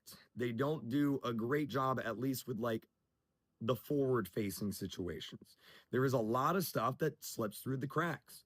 There is a lot of situations that they just completely miss, or they completely miss the ball on. And again, Chad, you're hearing this from, you know, one of the, if not the biggest Roblox YouTuber. Roblox is letting stuff slip through the cracks. And again, I understand that Roblox is a very large platform, right? To realistically say that nothing bad ever will happen is not realistic, right? But that doesn't mean that you should not be trying to stop all of these horrible things going on. And if your biggest person is like, yeah, they're letting stuff slide, it's slipping through the cracks, that's a problem. Like, for example, the Teddy situation. That's crazy. Every developer I talk to, every YouTuber I talk to, universally, unequivocally agreed that Teddy should be banned from the platform. Roblox did not ban him, right? So it is... I don't know that situation, chat. Maybe you can tell me about it. It is a situation... Maybe one of y'all know about it, but I don't know enough about it. Of, like, what Roblox sees as an issue and what the community sees as an issue are, like, two completely different things. Like, we're on two completely different paths, right? Like, Roblox even admitted in their post that they didn't ban Teddy for his games. They banned Teddy because of some other off-platform behavior or whatever. It's like, look, Teddy should be banned for his games. Those games should be banned. Anybody who owns those games should be banned, right? Like, just flat up, like, straight up, like, go in Meep. I'm going to take a guess that it probably is some inappropriate stuff in these games. TLDR, creepy Roblox developer got added to an Easter hunt lineup. Gotcha. Okay. Right now. Thank you. I appreciate that. You will see in the first few minutes, probably not even the first 60 seconds, you will see inappropriate behavior. I joined into the game a few weeks ago for a video, which we saw immediately saw already, someone chat. with That's why I shared that very to you. inappropriate extremity out running around doing stuff to other avatars, right? Like it shouldn't exist. Just straight up, it shouldn't exist. Like I don't know why Roblox is like so afraid to lay down the law on this stuff, right? But like that's just one part of the problem. What's up, Blue Crab? How are you? Know, there's for the people that don't know, I have a guy that I've hired that literally like his entire job is to just grab Roblox news, so I can report on it, so I can read it, so I can show it, right? And dude, I need one of those people. Man, I would take it afford to hire somebody that just like brings me the non-VTuber news. I would genuinely pay for somebody, be at the right price, of course, to bring me non-VTuber news. Like legitimately, I would love that. That would be so helpful. God, I wish. And every I week wish we meet to like go over the news, right? And every week there's like 2 or 3 new news cases of, hey, you know, this guy did something bad on Roblox to these kids, or you know, something bad happened to these kids on Roblox, right? And it's like, I get that like Roblox is a really big platform. It's a massive platform. It's one of the biggest games in the world. It is the biggest game in the world, right? Biggest gaming platform in the world. But it's like, I'm surprised it's on Minecraft. I didn't know that. I don't believe that Roblox is doing everything that they can to stop it. I bet Skyrider deal. They're very easy. Like, shoot, go on Roblox right now and look up bathroom simulator. You'll find dozens, maybe hundreds of games that is fostering inappropriate behavior, and they've gotten millions of views or visits, and Roblox hasn't taken action against them. And it's like, I get that Roblox can't know everything, right? Like look, there's bad people on the internet. That is a very fair point, right? Roblox can't know everything. Roblox can't stop every bad person in the world, right? That's impossible, right? However, chat, it is their duty to do the best that they can. And when your platform is failing to do that, when you can see it happening, when a lot of people are, you know, of course, having these problems over and over and over and over, we see, you know, predators get away with this for a long time, or it's not, action isn't taken in a timely manner. You're not doing enough. It just point blank. There is a line in the sand, and unfortunately, they have not crossed to the positive side of that. Going to be bad people on the internet, no matter what, right? I understand that. I get that. But like, if I see it and I know about it, then there's no reason that Roblox shouldn't know about it. It's not even my job to know about it, and I know about it. Right? Literally, if you're a regular person and you're being exposed to this kind of stuff, right? They are essentially violating what their platform stands for, right? And I would also say, not that I know the exact specifics of their TOS, but I'll bet you money, chat. I'll bet you money somewhere in their TOS, they're violating it, right? There's something in their TOS where they are violating it. And for people that are accessing Roblox and stuff like that, I bet you money there's something in some TOS, some payment processor that they're violating. Right? So it's like, you're telling me that Roblox, whose job it is to protect the platform and all of this, like, they don't know about these games? And if they do know about these games and they don't ban them, why aren't they banning them? Right? Why aren't they banning them? Exactly. Right? So, like, this is all part of like a really, really, really big problem, right? And like, look, I want to reiterate, right? I know Roblox does a lot of stuff behind the scenes. I don't think they're evil. I don't think they're sitting there going, I'm going to, you know, like, allow these kids to get, like, obviously they're not doing that, right? Everyone I've met at Roblox, they're just not doing enough, right? And that's the problem. Situation where like Roblox has grown so much that they're struggling to keep. Yeah, up that's a good point as well, Stu. It feels like, right? Like they just blew up overnight in the pandemic, and now they are struggling hard to keep up with it. They're struggling hard to like. Look, it's not a secret that they're out of touch with the community, right? Like they're struggling. They are struggling. In chat, we all struggle, right? Whether it's individual or corporate or whatever, right? But if you're not trying to change and you're not communicating, or at least attempting to communicate, make change, you are complicit to the problem. End of story. You can quote that and put that on my gravestone, chat. If you are not trying to make change or communicate, you are complicit in the problem. I don't know where I'm going with this. I'm just kind of yapping at this. I just want to record a quick video on this. Looping it back to Schlep, right? This is where it ties in, all right? Trust me. The reason why people like Schlep exist, and the reason why row catchers exist, is because it feels like Roblox isn't doing their job.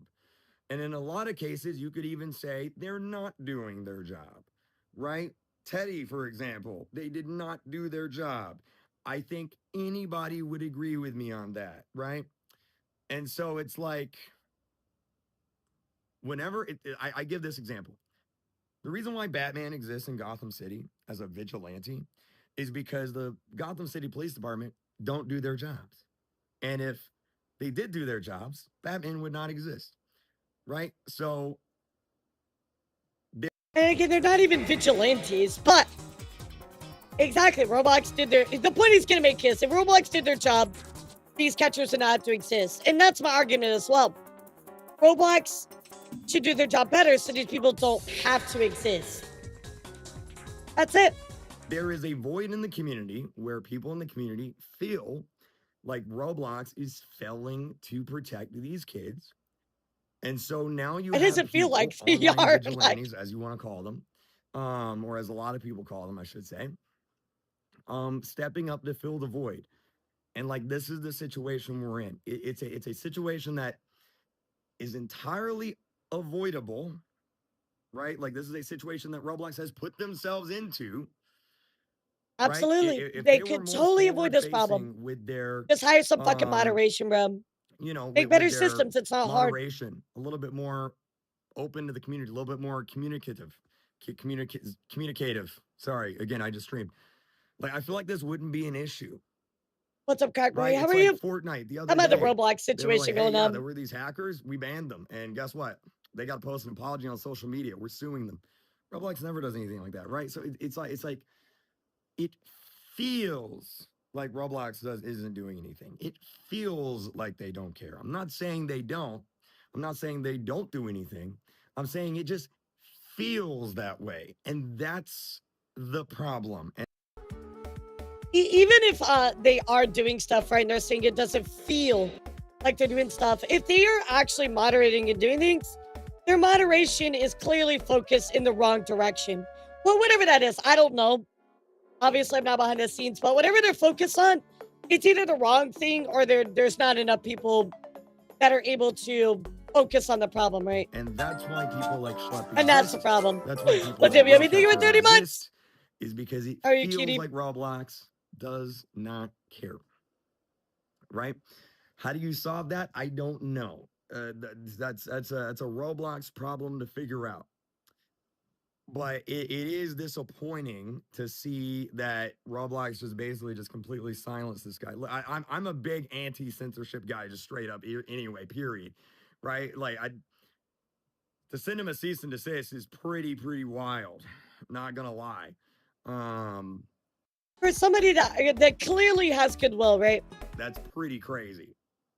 But yeah, basically meaning that he can't do anything with Roblox anymore, else they'll sue him, right? It's like, if you guys just did your job, like he wouldn't even exist in the first place. Like this wouldn't even be a conversation we're having, right? I don't know. I might get in trouble for this video. I don't know. Yeah, he just keeps walking in a circle. I know he's not like it's somebody's pacing. Take Roblox down. You know, and the thing that sucks, and I've said this numerous times, it's like Roblox is doing this to themselves. Every time they get in a podcast, every time they get in an interview, and they're like, "Yeah, we're gonna bring dating to the platform," you are bringing this on yourself. You know what I mean? Every time I talk to another YouTuber about Roblox, it's the same thing. Oh my God, Roblox is that one game that has the problem with the pedophiles, right? It's the one game that has that wants to add dating and everyone's a kid, right? Like you've got Moist Critical talking about it on YouTube. Like you're cooked, bro. You're cooked. It's like it makes me look bad. It makes all my friends look bad. Yeah, I mean, if we're getting to Critical level, it's not a good look, you know. And by the way, Critical did make a video on this, so you should go check it out. But Morosigodam to Concha. Hey elara, how's it yo, going? what's up? How are you? By the way, do you know why golfers are considered to be why angry Is people? that? Why is because they always start every hole teed off. Try hard 100. Oh, brother, this guy stinks! It makes Roblox look bad. It makes me not want to even tell people, hey, I'm a Roblox YouTuber. Because the first thing that comes out of their mouth is, oh my God, they're not doing the Thank you, R2D2. They're not doing a great job with it, you know? It's like, I'm yapping. This is a 10-minute video. Good God. But like, I don't know, man. I don't know. It's weird. Weird. I don't like that they did that. It feels bad, man. I feel like this is the year so far that it's like Roblox has been so far removed from, like, I feel like the community just disagrees with Roblox. Sadly, I think a lot of people have asked for this stuff to be fixed over time, right? But it doesn't seem like they've just ever cared enough to actually do anything. Like everything and that really sucks. They don't. Especially if you're passionate about the platform, right?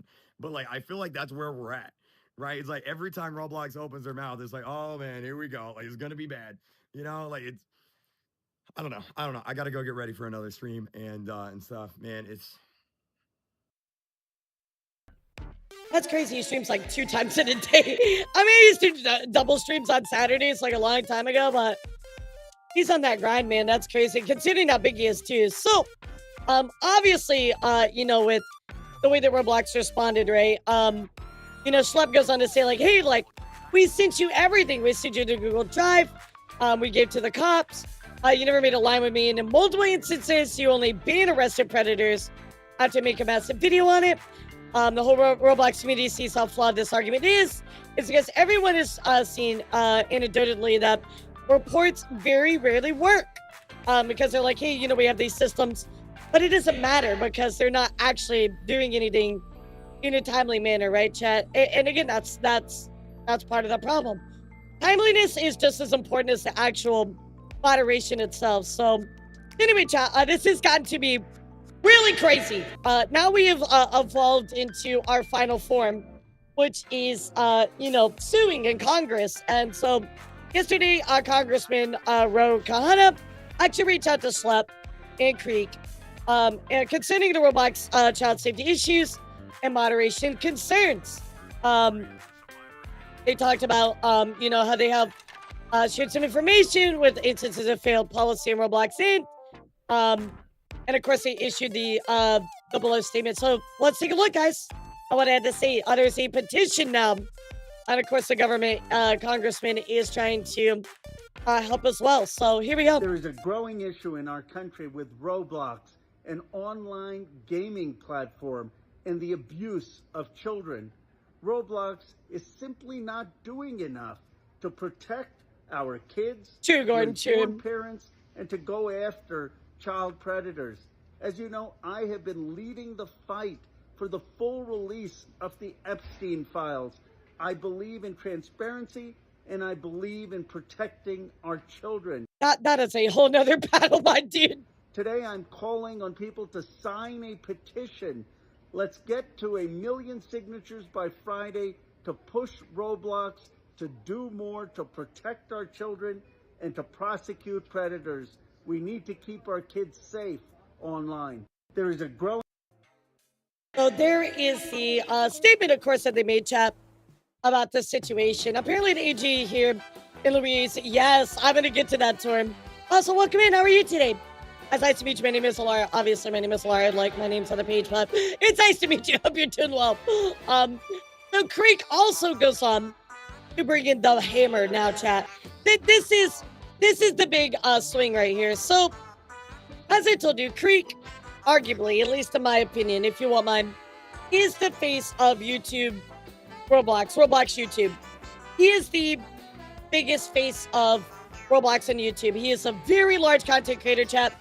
I mean, he has 13 million subscribers. I mean, Jesus Christ, guys, that is a huge account. Mostly dedicated to just, if not solely on Roblox, chat. I mean, that is a crazy number, right? So, obviously, he is now going to be leaving the Roblox Star program. Guys, this is a big swing. A big swing back at Roblox. He's going to be losing money from this, and yet he is standing up for what he feels is right. So let's listen to what he has to say. I've decided that I am going to leave the Roblox Star program. I probably don't need to even make this video explain. You know, I do agree with you a bit there, Sky. Like, there's certain people that'd be straightforward, and I think Creek is kind of one of them. Like, he's a pretty attractive guy, but anyway. We're not here to talk about my my interests. I mean, look, it's not an easy decision, and probably it's a yeah, he's cute. He's definitely cute. Because, like, obviously, I'm losing that connection to Roblox. If I get banned, well, then who's gonna unban me? No one, right? Like, it's just me at this point, right? Probably won't be going to RDC anymore. You know, there's a lot of opportunities that will stop, going on the table now due to this, but I feel like it's the right thing to do. I was back in... I mean, I didn't know Creek before yesterday when I was researching and everything like that, chat. But I do want to say that I think it's extremely commendable to step away from something that you don't believe in, even when it causes you a lot of financial loss. I think that is one of the most responsible things you can do as a human being. I really respect him for that. Well, then, Kita, how were you talking about the Roblox predator situation? I was around during the STAR program's initial inception. I was actually the first person in the STAR program. If you go to the group, you can actually see I was the first YouTuber in it. And I feel like this decision isn't based entirely on the Schlep situation. And I feel like the Schlep situation isn't even an issue that just randomly popped up. This has been a situation that's been bubbling for years, an ongoing situation where Roblox just refuses to acknowledge, refuses to listen. It's a systematic issue, chat. It's a systematic issue. It keeps happening. They ignore it. Even Creek is like, hell no, dude, this is too much. To the community, and and address the issues that that are in it. I think it's crazy to me that there are games that are widely popular on Roblox, like Public Bathroom Simulator or R64 games or R63 games, or you could look up the word hug and see smash or pass simulation games, right? Or, you know, like the list goes on, right? The list goes on. And these are games like Meep City, for example, with that tweet I made last night. This has been something that's been reported to Roblox for years and years and years. And they have just refused to do anything about it. And now we are in a position 15 years. Holy shit. Their actions. Wait. So Roblox has been around that long, right? Well, there's probably proof that goes back that long. So, you know, fair enough. Inaction is making me look bad. It's making all my friends look bad. It's making everyone look bad. And so it's like, I think Roblox needs a major wake-up call. I don't know if Roblox has been around for a long time. They probably won't even care ultimately, right? Like this is just a drop in the pond, right? Probably doesn't matter. But it feels like the right thing to do. And so I'm doing it.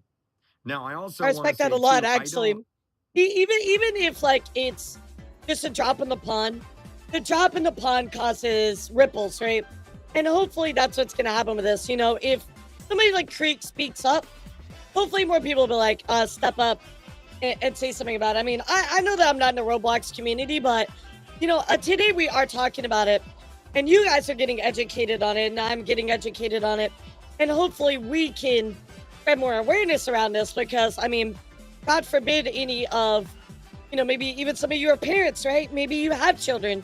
God forbid they go on to Roblox and something like this happen. I mean, my heart would break into a bajillion pieces. So I think that we need to continue to talk about this and put the spotlight on it. Want to put any pressure on anyone else to do the same. I recognize that the STAR program brings a lot of benefits to a lot of people. And like, I'm a big YouTuber. I can afford to go without those benefits, but a lot of people can't. So like, I don't want this to be a situation where it's like, oh my God, Creek dropped out. I want everyone to drop out now too, right? Like, I do not feel compelled to do so. I just want to address that right off the bat. I just feel like ultimately Roblox needs a major wake-up call. I feel like it is, I mean, look, the only thing I need to say is this. Roblox, for some reason, decided it would be a great idea in the midst of all this controversy about a month ago to go out there and say, hey, we're going to add dating to the platform. Maybe dating could be on the platform in like 4 or 5 years.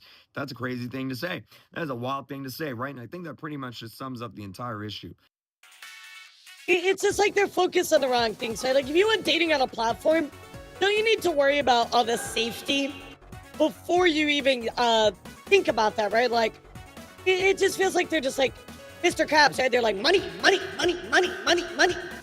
Exactly. Like, I mean, maybe that could be a thing, right? Under the right circumstances, but Roblox, I think, I don't know this, so, you know, take this with a grain of salt.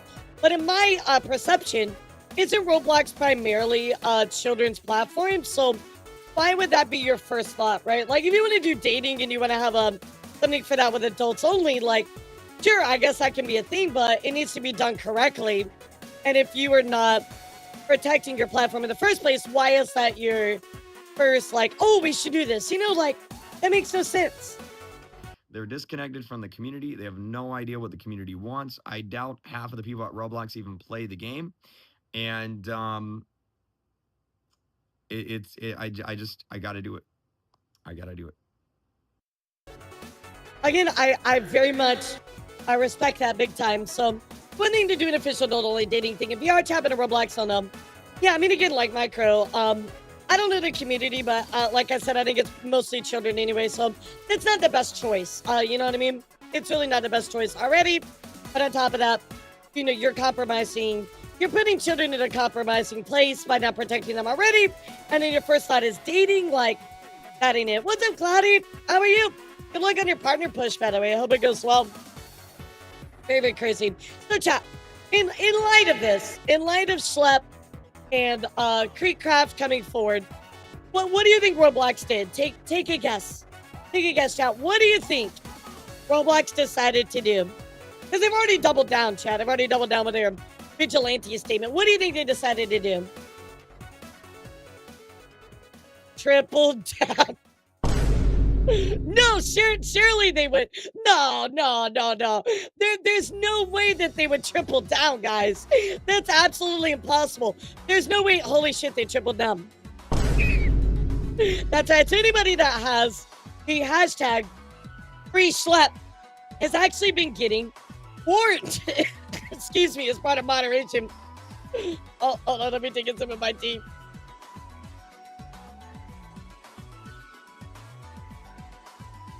Oh God, I was joking. Anyway, yes, that is right. If you have free schlep in your, name, you are getting moderated with a warning, and they're asking for you to remove it. That is right. So you put free schlep in your name, you're getting warned for it. That is insane, bro. That is insane. Yeah, and that's what I heard, Kelvin. There was another person as well that had a very similar thing. Roblox is so cooked. So, in light of all of this happening, chat, the world has decided to take action. You know what I mean? Like, a lot of people are stepping up to the plate that are in a big, from a higher place, right? So Indonesia has actually, the government has stepped up and said, they're asking Roblox to open a local office to comply with child protection regulations. We might get banned in the entirety of Indonesia, chat. On top of that, Roblox is actually being sued. Pretty crazy. I think Legal Mindset is doing a live stream about that right now. Maybe go check that out, or maybe we could ask Kono to let us know about this. But that is right, guys. Roblox is being sued because, as the Attorney General Liz Morales says, which I think is, yes, in the state of Louisiana, they said it's gaming site for children and teens and a breeding ground for sex predators. So, of course, if you open up, here is the Attorney General files child protection lawsuit against popular game Roblox. So this is getting pretty heavy, chat. Getting pretty heavy again. State officials are stepping in. I can't believe I'm going to say this, but Louisiana W. Louisiana W. Pretty crazy. But you know what's even crazier than that, chat? Even crazier. Chris Hansen. Yes, that Chris Hansen is reached out to Schlep and is planning an upcoming documentary investigating Roblox handling of child safety issues, bro. This is basically like when Captain America was like, bro, I gotta fight Thanos by myself. And then you heard the on your left. And then all the other Avengers showed up, chat. That is what is going on right now. Like, everybody is showing up and going after Roblox here. So, insane, chat. Insane. Yeah, everybody is showing up. Yeah, you can make a whole, series about how to catch a predator for real. Crazy. So, this is kind of where we're going to end our talk about this. But I wanted to ask you before we continue, chat. What are your thoughts about this situation? What do you think about it? Yeah, what do you think Roblox can fix this? What's your thoughts, chat? What do you think? What do they need to do to make this right? I'm gonna stretch a second. No!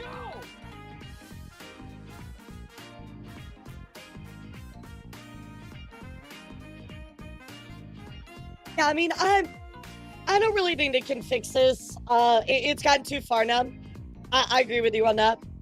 I think that there needs to be some type of serious repercussion, right? Everybody working with Roblox need to be investigated. I mean, I think that they need more moderation, first off. I think that they need to work with these people that are trying to help them. But they are certainly going to need a very large overhaul. And I mean that by, not only leadership, they also need a moderation. On top of that, they also need an overhaul when it comes to how they are approaching these issues, right? Because, again, if Creek is leaving, right, more and more people are going to come forward about it, right? So, I think more people are going to step away from Roblox, whether it be in, the partner capacity, the guest star capacity, or whatever else, right? They're going to continue to hurt in really, really big ways. So I think for me, like, Roblox needs to take accountability. They need to be forthcoming with communication, and they need to talk about how they're going to try to make things right, because ultimately, if they're getting sued, people are stepping up to, you know, like, create these documentaries. They need to start taking positive steps forward. Otherwise, they're toast. They're toast. And realistically, chat, sorry, I just really need a stretch. Realistically, they might already be done. Yeah, they might already be done. We'll see, though, but it is clearly an unsafe platform. They're exposing children to adult content. They're putting them into not safe for work environments. They're allowing free access to that information. I mean, Chad, I'm going to kind of ask you a little bit of more kind of a question that might hit closer to home. But I can at least speak for myself. Were any of you, if you don't mind sharing, you don't have to share, obviously, but is anybody here, type 1, if so, were you ever exposed to adult content before you were an adult? Were you ever exposed to content that you should have never seen before you were an adult? I will tell you, 100% I was. 100%. I saw tons of stuff that I should, and it's really sad. I've seen tons of things that I should not have seen way before I became an adult. Way before I became an adult. I mean, I told you guys I watched Elfin Lied when I was like 7. You know, like, I should not have been seeing like gore of that level. I was only like 7, 8 years old, right, chat? Like, even situations of that, like, not even talking about sexual stuff, but it really is sad in a way that I see so many people type 1, because that's sad that we were all exposed to stuff that we should not have been exposed to back in the day, right? And unfortunately, you know, Roblox is doing that. They are allowing these things to happen. That's a huge difference between kid finding fun, they hit middle school age, and hosted platform where predators can find kids and buy their data. Yeah, very, very true, very true. But my point here being is that, you know, Roblox is not stopping this environment, right? Roblox is allowing it. If anything, they are supporting it by not actively taking precautions and measures to remove it. You know what I mean? So, I would definitely update you on what's going on with this.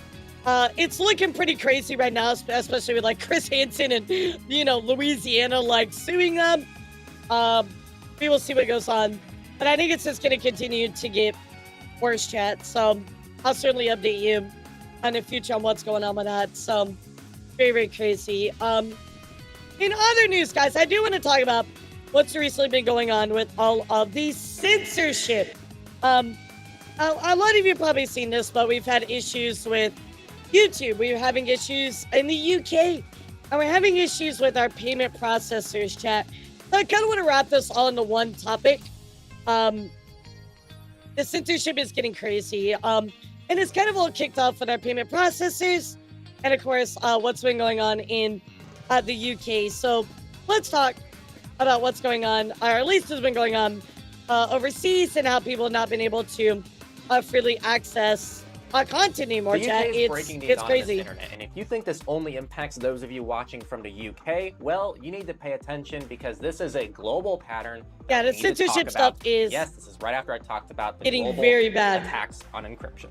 So these new UK requirements will have different ways of verifying you across the internet. And you might think, okay, this is only to help kids prevent content they're not supposed to be looking at, which is how this is all branded. However, as privacy advocates like myself and countless other people have warned for the longest time now, this has much bigger implications than just adult websites. If you're and to be fair, like, I also thought that. I was like, oh, like, this is not going to affect me. It's not going to affect adults. Boy, howdy, was I absolutely wrong, because holy shit. On Blue Sky's not going to be able to let you in. Yeah, the T-app in itself is like proof of all that. Use Discord, and I will touch on methods to get around this towards the end of the video. So how do websites comply with this? There's different methods, and each of them have different privacy implications. Yeah, the T-app, both of them, like, proves that. Facial recognition. You can use open banking, digital identity services, I mean, I didn't credit know, card right? age But checks, email-based age estimation, it's still not good. mobile network operator age checks, and photo ID matching. Of these, by far my least favorite that impacts a lot of you out there is when you actually have to physically upload your ID cards, and this is what I've seen to be some of the most common. What's wrong?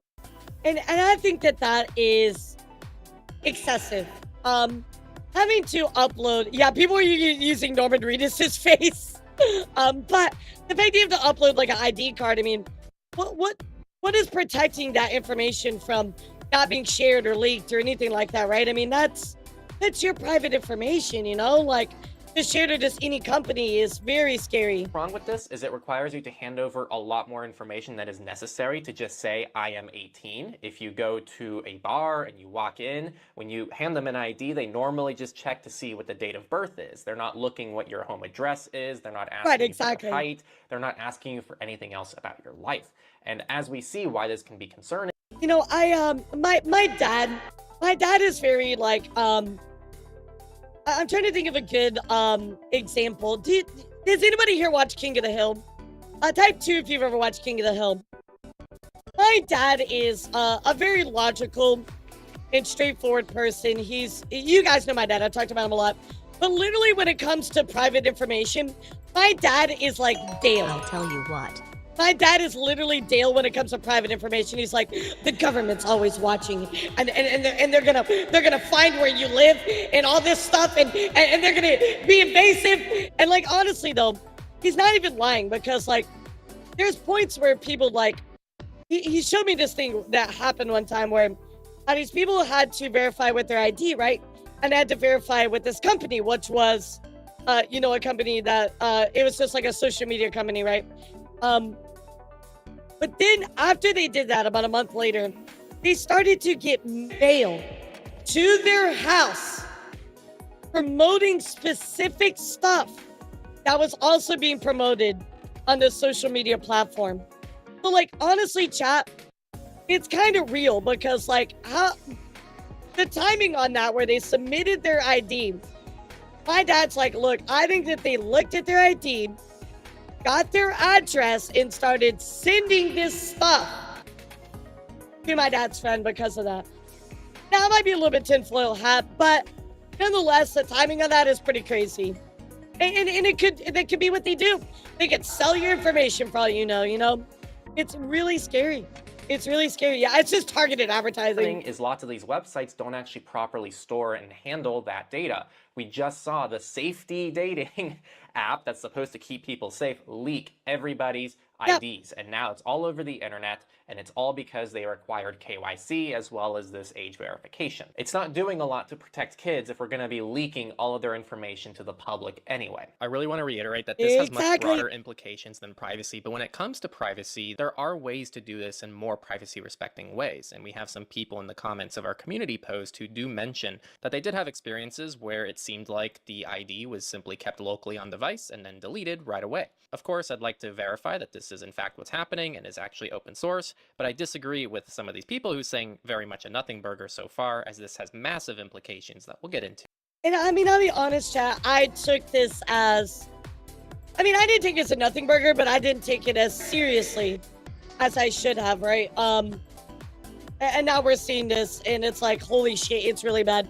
Now, Fine TV Shoujo stuff was going down when all this was happening, so I missed a lot of it, but then I'm kind of catching up. I'm like, holy shit, dude. Very shortly. Similarly, they can do credit card checks, which also means you're now having to upload and share your credit card. And there are third-party age verification services, and those privacy policies are pretty darn variable, and some of them are actually semi-privacy respecting, and some literally, aren't. that was a lesson you're saying. Each of these websites is going to try their own thing, and I'm sure people are going to take mostly the laziest option to get this done, which is really bad for you. Oh, you're talking about the book 1984? Yeah, where it's like, you don't have access to anything? Yeah, it's kind of looking that way. Privacy as well as just your basic human Kind of looking that way. Now, I'm not really in support of age verification that much, but if you were to ask me, Henry, what is the right way to do this in a privacy-respecting way? I'm not saying this is the answer, and it's actually from an unexpected source. You wouldn't think that Google's going to do things properly, but actually, this is more of the stuff we need to see. I'm not saying this is exactly what needs to happen, but what this is Google has essentially an open source zero knowledge proof concept.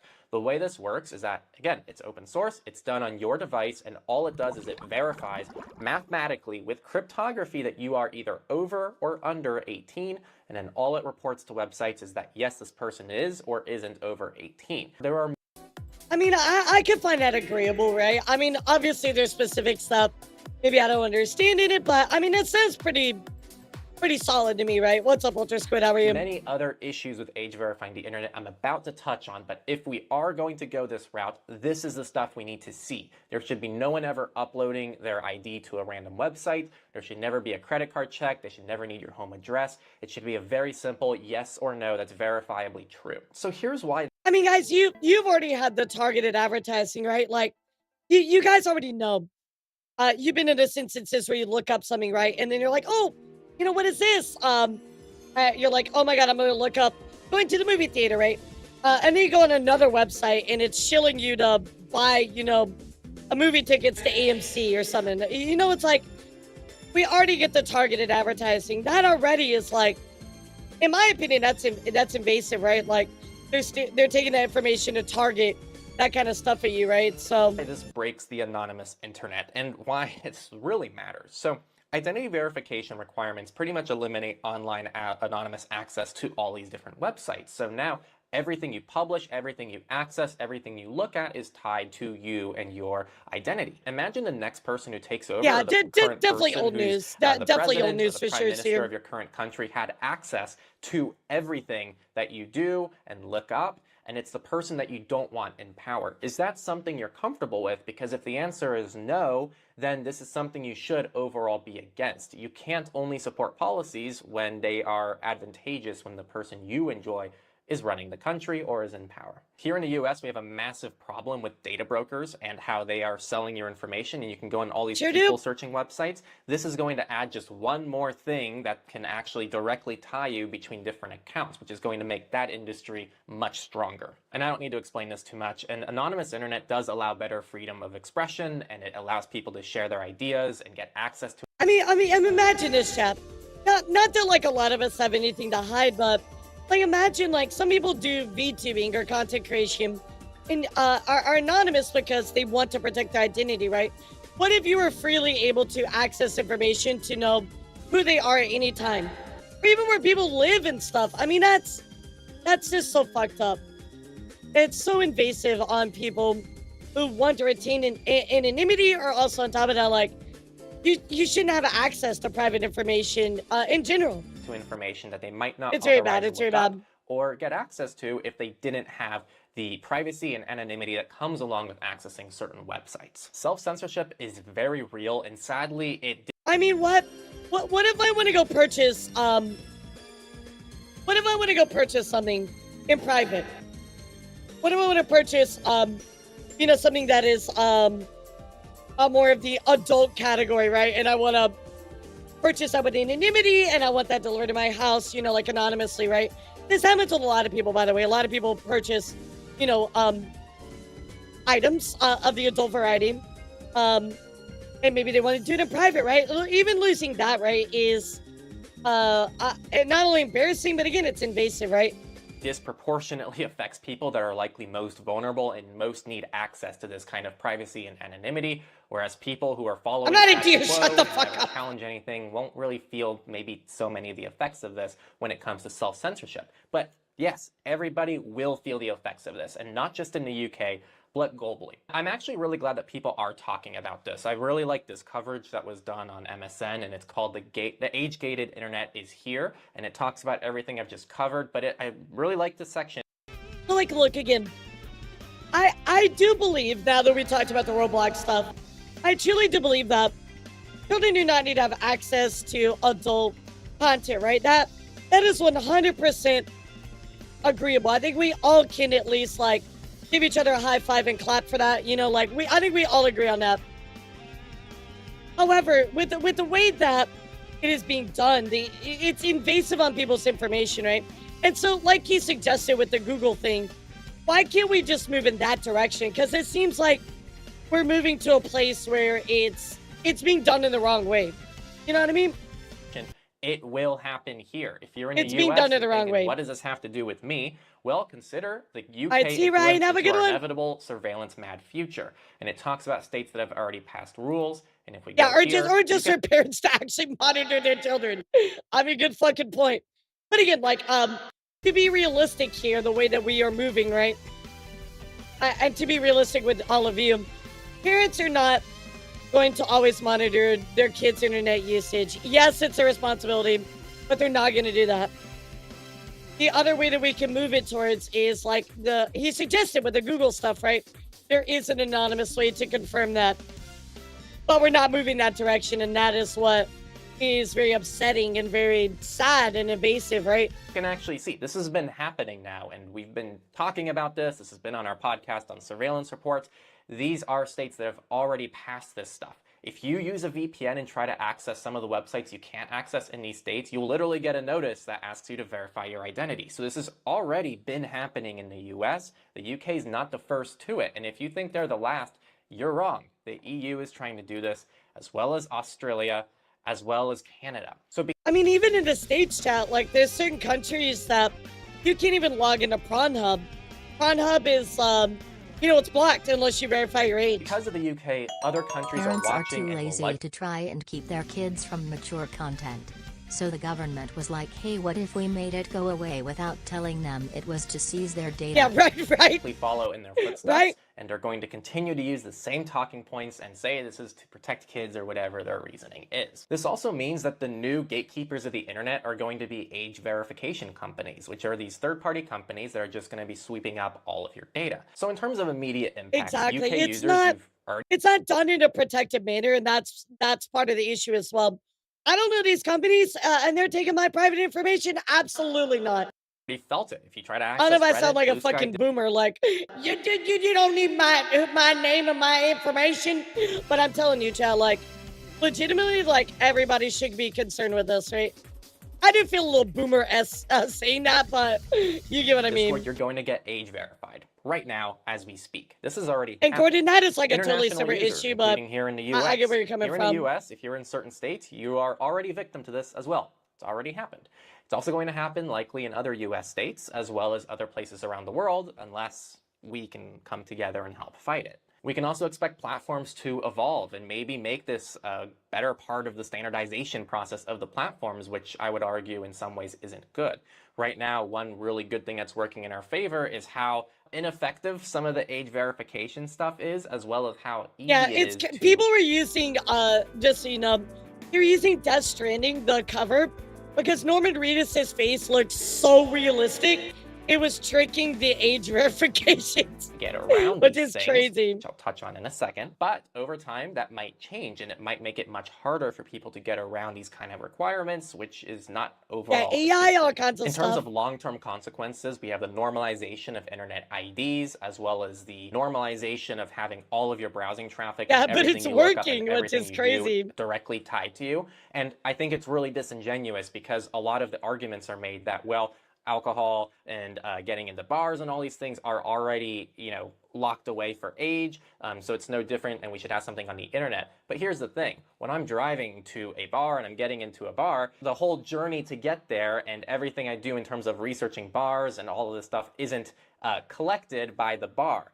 They just need to know whether or not I'm 18 to get in or 21, but in a digital space... They're not writing down your address and your information. They're not like keeping that picture on file, like it says, hey, you're 18, okay, cool, or I'm sorry, oh, you're 21, okay, cool. If every website that has anything remotely sensitive is, if it's KYCing its users, and potentially even every website down the road is KYCing its users and getting all their information, now everything you do on the internet, which is a huge part of our lives, is being collected and is all tied to you. It is not filed a good somewhere, situation. So let's talk about resistance and current workarounds. Perhaps Bouncer for has a unrelated reasons, eye camera, I always yeah. like to encourage people to use a VPN, especially a privacy-focused VPN. This way you can select any country to be in, which may or may not have certain age verification requirements. And if you want, we have an open source VPN comparison tool. It goes through some of the most privacy-respecting VPN providers out there. I think Yamada, there was an interesting study I saw one time It's been a long time since I've seen it. I have to go dig it up, but I'm not going to do it now. But basically, they were talking about that the new age of technology has actually led to more cybersecurity problems because not because of the access to technology, right? But to the fact that they are not properly educated on how to protect themselves. And that's a growing problem is the more technology we introduce into our lives, there's a lack of knowledge on how to protect yourself. Yes, more people are exposed to more technology. I get that. But in this study, they were proving that cybersecurity is more of a problem because people are not being taught how to protect themselves. So you're right. You're absolutely right. All the ones I recommend are fully open source and have some of the most transparent policies. To summarize for most of you out there, there's Proton VPN, Mullvad, iVPN, and Windscribe. I'll leave links to those again in a description. What I also encourage people to do, absolutely, this Alex. is maybe a bit extreme, but go ahead and download Tor, the Tor browser. It's available on Windows, Mac OS, Linux, and even Android. And there's even a way to kind of use Tor on iOS called Orbot, which is essentially going to create a VPN tunnel on your iOS device that routes all your traffic through Tor. These tools might feel extreme, but I promise you they're very easy to use, and we even have guides. I have a secure Tor guide that you can watch if you want some suggestions, chat safer. for Tor yourself. has a feature called Bridges that when you're setting it up, it'll ask you, do you want to use a bridge? And what this will do is it'll essentially impersonate Google traffic or Amazon traffic so that it's not even easy to tell that you're using Tor at all. I just covered this in my last video talking about the global war on encryption, but there's also plenty of digital rights organizations that we need to be supporting, whether financially or just giving them a follow on socials, giving them some engagement, because these are people putting up a fight trying to stop all this age verification from happening in the first place. So these are the people that we need to support. This is all open source and on our website. You can visit it in the description, but I'd also recommend just giving it a look. It doesn't have to be our website, but try to find some privacy resources online. Believe it or not, this fight is a privacy fight, and privacy is the means to the end of pretty much every major human right. If you care about free speech, if you care about clean access to water, if you care about the environment, if you care about protesting, if you care about literally anything, if you lose privacy, you can't fight for those things. So get active. Get access to some privacy tools and see what it's like to use. I promise you, almost all the ones here are super easy and accessible for most of you out there, and they're not that complicated to set up. And once you start digging into these privacy tools, you realize how they're not that extreme, and they're actually really solid services, and they have lots of other life improvements. I don't know why watching this, but in my head, I don't know why it's playing, but Idiocracy just like, Rondo, it's got electrolytes. It's what plants crave. Like, I don't know why I just feel like we're living in Idiocracy. Remember that this is a broader attack, not just on digital privacy, literally in but Idiocracy. Everything that privacy enables, which means free speech, which means democracy, which means all the beautiful things that we all believe I don't know why, it's what played in my head. So anyway, I wanted to show you this because obviously the censorship that's going around and the issues that are going around are very serious, right? You know, on top of this, I'm not going to watch this video. I just want to mention it really quickly. Ladies and gentlemen. You know, Wikipedia chat is you are no longer able to access Wikipedia in certain countries now because of the issues. Wikipedia you can't access in certain countries. I mean, it's crazy to think about, chat. That's insane to think about. And of course, this is on some Ordinary Gamers channel if you want to go watch it. But I mean, just think about that, chat. But as we have continued, unfortunately, speaking of censorship, itch.io actually had a ton of issues here recently. But coming here from itch.io, they've actually had to de-index all adult, not safe for work content from our browse and search pages. We're currently conducting a comprehensive audit of content to ensure we can meet the requirements of our payment processors. Well, bada bing, chat. The payment processors continue to come down and slam on adult-related content.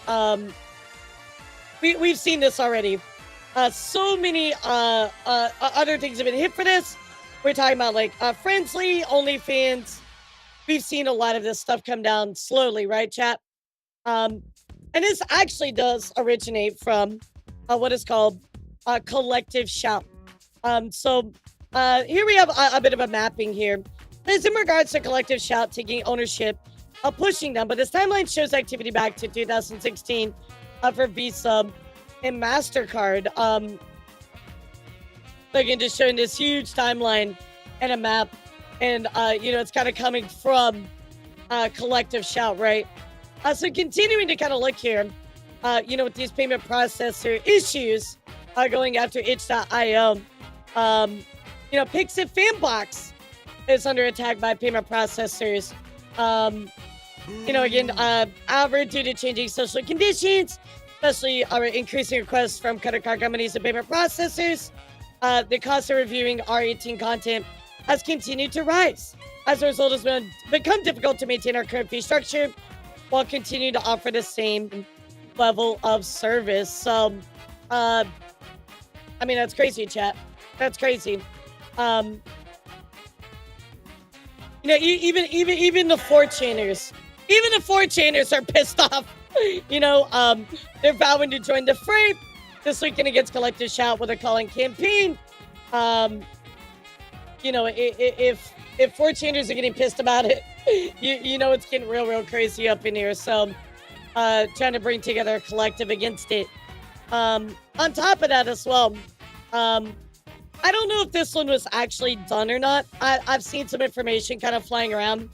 But some people were saying there was a game named Mouthwashing that was removed thanks to payment processors. I don't know how true that is because I've seen some counter information to that. But anyway, let's read this and just kind of talk about what's going on. So, dear Ara, why don't you give it to us, sweetheart?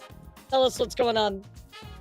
Let me summarize everything that's happened in the last week. Greater than Collective Shout contacts payment processors to get Steam and itch.io to remove adult games. Greater than Steam removes hundreds of games and creates an entirely new policy to lick the boots of payment processors. Which is crazy, chat. Again, payment processors are putting pressure on people to take down their games, Congrats to Collective Shout, you made to piss off the entire internet, so true. Greater than day later, itch.io removes their entire adult game category. That's than insane. UK Online Safety Act comes into effect, restricting the internet for the entire country to protect children. Greater than within 24 hours, UK creates a police task force to monitor political opinions of its citizens. I don't know how true that is. I don't have any supporting, evidence on that one, so you can shelf it, but... Greater than Europe gets hit by age restriction in some sites too, and they find out the restricted internet is coming for them too. Greater than people find out American bill titled Kids Online Safety Act is introduced into Congress to do the same thing. Greater than Wikipedia is being asked to censor itself for the UK. Search engines are now stuck in safe mode for certain countries restricting internet. Again, I did see some counter information to this, but it was basically a horror game that was removed. Allegedly. So people were upset because, again, they're targeting horror stuff, right? UK is trying to force American companies to censor themselves after the Online Safety Act came into effect. So this censorship just continues to run quite a rampant, chat. So on top of this, Collective Shout publicly announced that they take full responsibility for utilizing payment processors to pressure itch.io and Steam to remove adult games. Wow, chat. Wow. On top of this, even MasterCard decided to make a statement, which went about as well as you thought it would, clarifying recent headlines on gaming content. MasterCard has not evaluated any game or required restrictions of any activity on game creator sites and platforms, contrary to media reports and allegations. Bullshit. Sorry, guys, I had a cough attack. Our payment network follows standards based on the rule of law. Put simply, we allow all lawful purchases on our network. At the same time, we require merchants to have appropriate controls to ensure MasterCards cannot be used for unlawful purchases, including illegal adult content. Yeah, check out this community note. Both Steam and itch have stated removal of adult content came for pressure by payment processors, including MasterCard. Furthermore, MasterCard and other payment processors have a documented history of refusing service to Japanese retailers over legal adult content. Plenty of MasterCard has been so anti-Nazi for work content concerning the public, spanking it's been getting out. And that's part of the thing here, right? So we also got to talk about PayPal, because check this out. PayPal is now unavailable on Steam in multiple countries. Absent removal is related to what we previously commented on, surrounding MasterCard.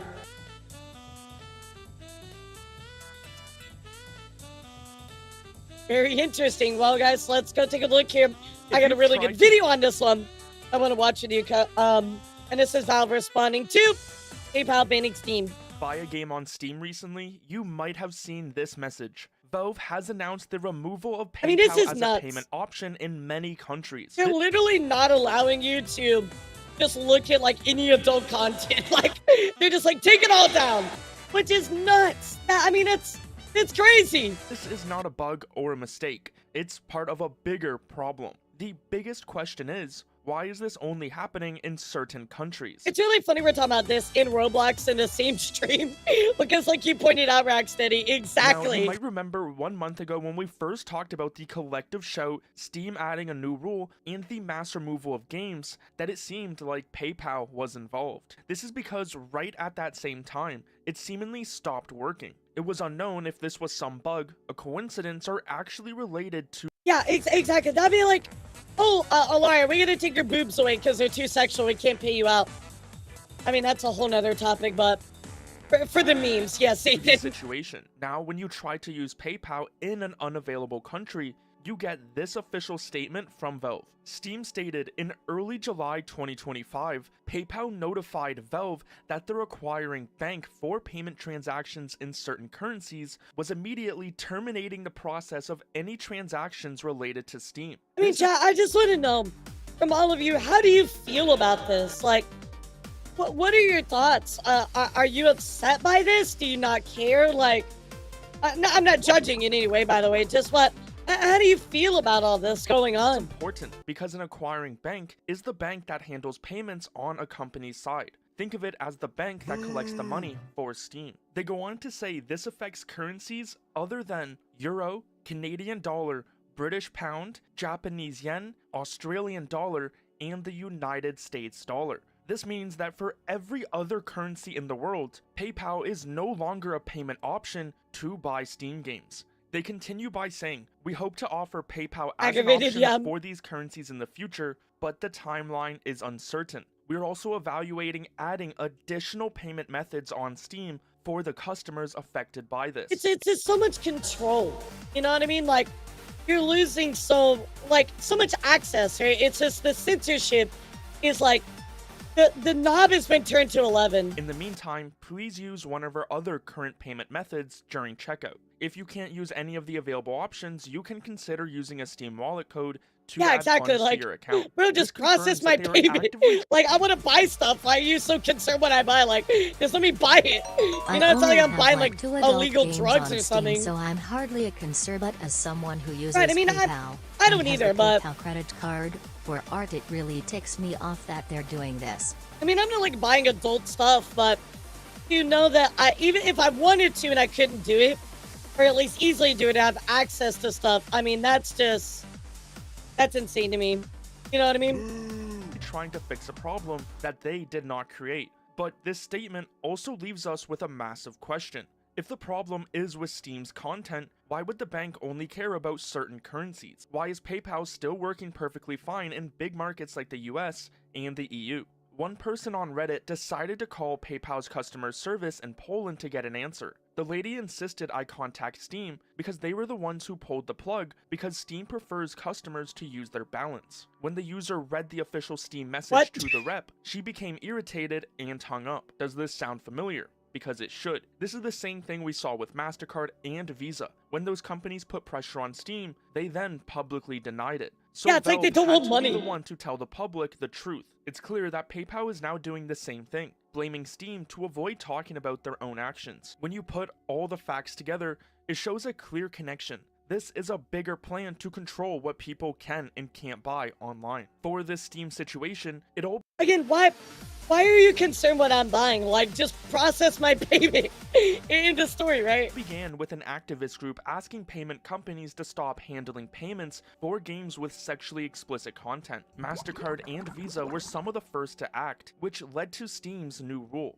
MasterCard denied doing this, but Valve's statement proved they were the ones responsible. At that exact same time, the game store itch.io had its payment services with... But chat, remember, MasterCard said they never evaluated any game or require restrictions of activity on game creator sites and platforms. They never did that, chat. That's fake news, remember? Even though it was confirmed by, Valve, they never did that. Stripe removed. Stripe's statement was clear, saying it couldn't support this kind of content because of its banking partners. This proves that these banks and payment companies are indeed the ones stopping the payments. Now we have the exact same thing happening with PayPal. A bank on PayPal's side has ended its agreement with Steam. The fact that all these events happened at the same time makes it impossible to think that this is just some wild coincidence. Now, you might be wondering, why was PayPal only removed for some countries? It's the payment processors. So what it means in a lot of ways is you're now going to be able to purchase specific content. It's less about like you swiping your card and it working. It's more about there is content that will no longer be accessible because the payment processors don't want it on websites. Does that make sense? It's less about you swiping your card or using it. It's more about the restriction of content in itself. They start by making changes in smaller markets with fewer legal protections. This allows them to test their power and put pressure on companies without risking their biggest markets like the US and the EU. This strategy is meant to force companies like Valve to agree to their demands everywhere without a major fight. The good news is that Valve is not giving up. Their statement that they are actively looking for new payment methods for affected customers is a big sign that they are fighting for gamers and will not be pushed around by these companies. You won't even get to the point you can swipe your card, right? It's just like, hey, guess what? You're not gonna be able to buy it because it's not there anymore. They sort of have to right now. So the PayPal ban is not a bug. Whether it's the banks, card networks, payment processors, they all try to deny any of this is happening, but there is a clear history, not just with Steam, but for all kinds of reasons. It's getting so big that we have the Japanese government and even Donald Trump stepping in to stop this from happening by signing a new executive order guaranteeing fair banking for all Americans. We even got a statement from the chairman of the FDIC mentioning how they are going to be adding a new rule so these financial companies have to stop using reputational risk as a reason to deny business. So now we have MasterCard trying to remove service on Steam through their acquiring banks, PayPal removing service on Steam for a bunch of countries because of their acquiring banks, and Stripe removing service on itch because of their banking partners. So this is clearly a massive problem that needs to be fixed. In 6 months though, the government will officially have a strategy on stopping this from happening, which could include new laws and regulations, but obviously this might not help everyone around the world, like what we are seeing with PayPal removing service in select countries. The best part about this new statement though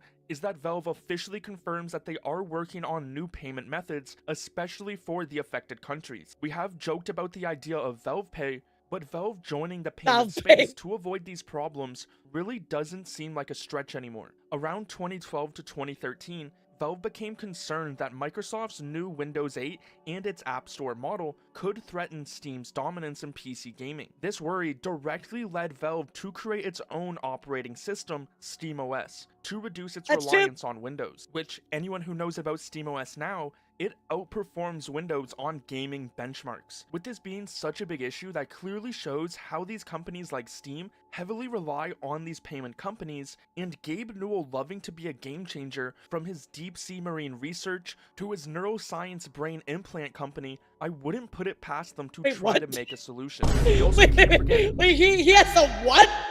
Elon Musk, who is aware of the Steam censorship and has mentioned he is working on XPay. So this is a problem that we are dealing with right now, but hopefully it will be fixed soon. Do you think we can see Rule 15 removed from Steam by next year?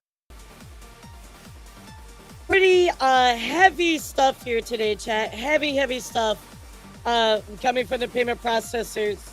And of course, issues in general. Sorry, I didn't want to burp into the microphone. I mean, you might be into that, but I'm not into that.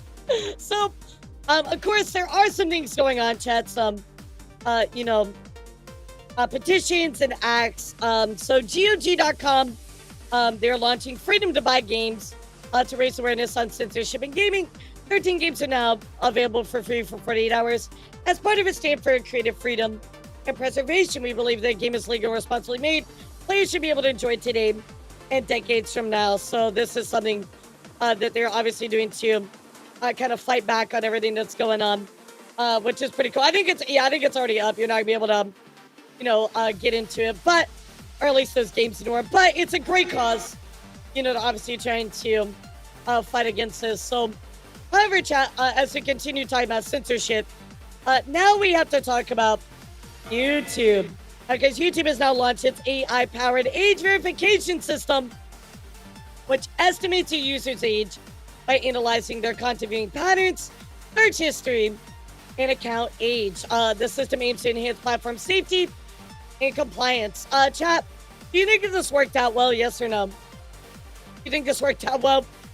Well, yeah, it didn't. People in the U.S. are demanding that YouTube shut down its new AI system that tracks what you watch. If you think you're under 18, they're actually restricting your stuff unless you provide that ID, which we talked about a bit earlier, Chad. So, this YouTube stuff continues to get really, really rough. So anyway, let's go take a look here. Oh no, this, I'm sorry, this is the wrong thing. This has already been enacted, my bad. So, anyway, chat, I will keep you up to date on what's going on with this, because this is certainly yet another censorship, another way that you have to provide your ID and things like that. I mean, it's pretty crazy. Yeah, it can be a security problem, having to put your private information. Again, that's why I really like this video from earlier, because they talk about ways that you could do this without having to, the zero knowledge proof technology, right? I feel like that would be the way to go. Very, very crazy, chat. Very, very crazy. What's your thoughts on all this? How do you feel about all of it, chat? I know I dumped some big news on you today.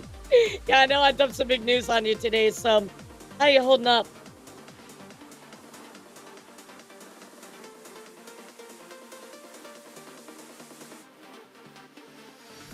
No, nobody asked for this stuff, Silent. Nobody asked for this stuff. I think there's a way to protect children, which is which they say is the main focus, right? There is a way to protect children, but this is not the way, right? Again, I really do believe that this zero knowledge proof, the technology behind that, is the way to go. So there is a good answer, right? Only there was a version of YouTube to keep kids from seeing stuff. Wow, imagine! I don't know, maybe parents should just watch their children, you know, like... Insane, chat, insane. A lot of overstepping of boundaries as a consumer, whether viewing or purchasing. Yeah, for anyone if boomers who don't understand what this means for normal folk, almost like parents need to actually take care of their own children, exactly. So, I keep it up to date with what's going on with this chat, but here is where we stand so far. So, pretty nuts. Guys, let's go take a look here. I want to update you on some things going on with Twitch. Very bad timing with everything going on, but Twitch is actually launching a creator club for Roblox. And their intention is to attract more of the community with new systems, etc. However, the timing on this is just a huge yikes. Not really their fault, but nonetheless, yeah, that sucks quite a bit. So I know their intention is good, but yeah, really, really bad timing. Yeah, I don't think it's really their fault, but again, the timing is yikes. To talk about Twitch here even more, recently there was a study done that large Twitch rates actually have a detrimental impact on community engagement. The erratic nature of new chatters causes the existing community to disengage from the conversation. I don't know if that's true in our case, but what do y'all think about this? I think the Twitch rates are fine. I think that it's great to integrate people into the conversation, if anything. So I kind of disagree with this as a whole, but I mean, this is the study done. So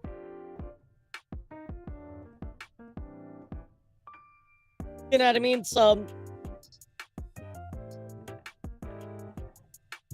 and it sounds like a specific city approved their point to have it. Maybe, I don't know. At least in a community, that study's a whole lot of garbage. Yeah, sure. At least for me, I agree. That's not really like a good thing. To add on to this chat, of course, coming up here for Twitch is the monthly classic September, which will be starting August 29th to October 1st, chat.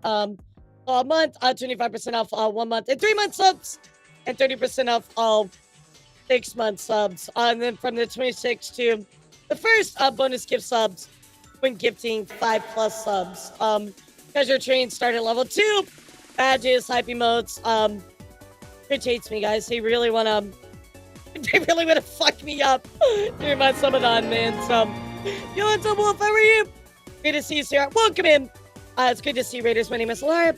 Today we're talking about Twitch news right now. So, lots of other news as well. Pretty crazy. So Twitch is actually doing a lot to try and really get more people subbing. Which not only with September coming up, but you can now give 200 subs at a time. What do you think you guys know because of Walk? But yeah, this is something that you can do now, guys. So I'm very afraid of September. I'm very afraid of September.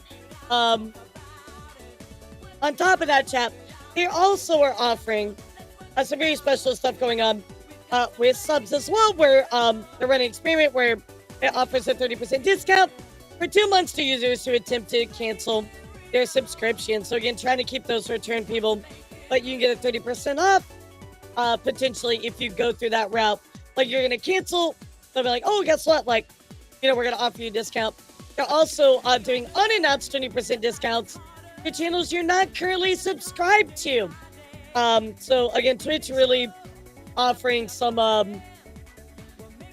really nice promotional stuff to really keep you back and subbing on the channel. So, I guess that's a good thing for y'all.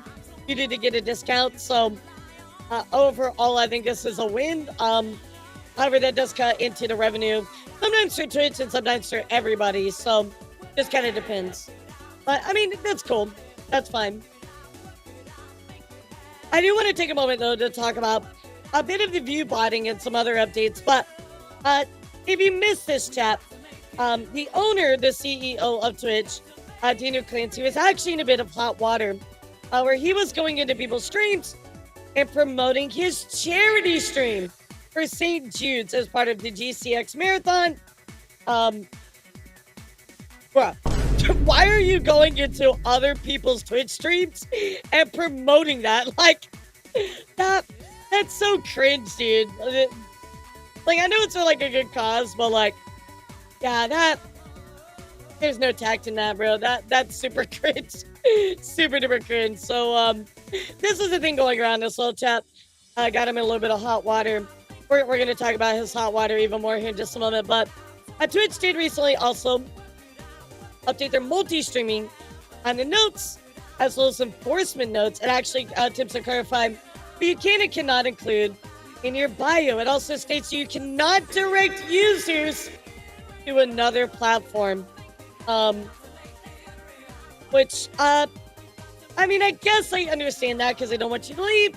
But at the same time, like, link to social medias in your profile are permitted. You may not use your bio or panels to actively promote other live streaming platforms, including large banners and messages, encouraging users to watch your live stream on other services. So, trying to make sure that people don't leave the platform, right? Yeah, very, very weird. Eddie, the CEO of Kick, also went on to say, like, not a good idea to let a single platform own your community. Diversify to keep your audience truly yours. So just kind of talking down on that particular policy. However, Twitch did go on to finalize their monetization day one. That did start back on July 28th.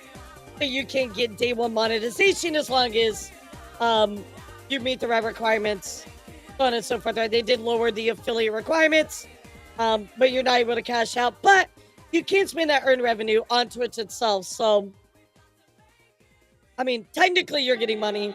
You can spend immediately, but you might not be able to put in your own bank account. But you can buy subs and I think Twitch gift cards too, if I remember right. But what I really want to talk about today, chat, is what's been going on with the Viewbotting that's been going on around Twitch. So Twitch is actually attempted, that's the main word, attempted. Oh, excuse me. Hold on, let me get a sip of my drink.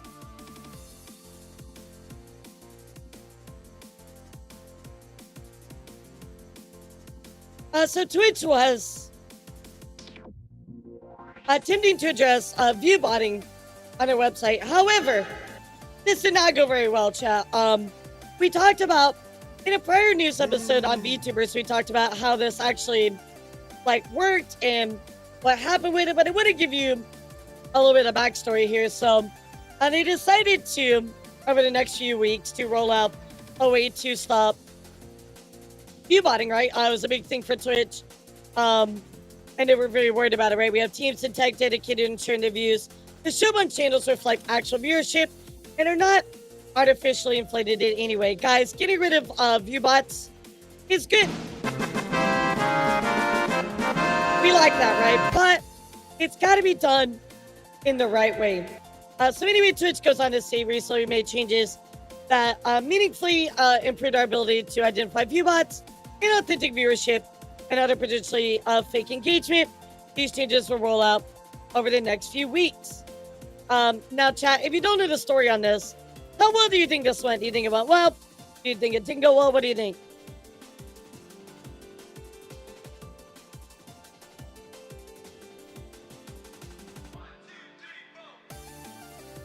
I'll give you a hint. It went really badly.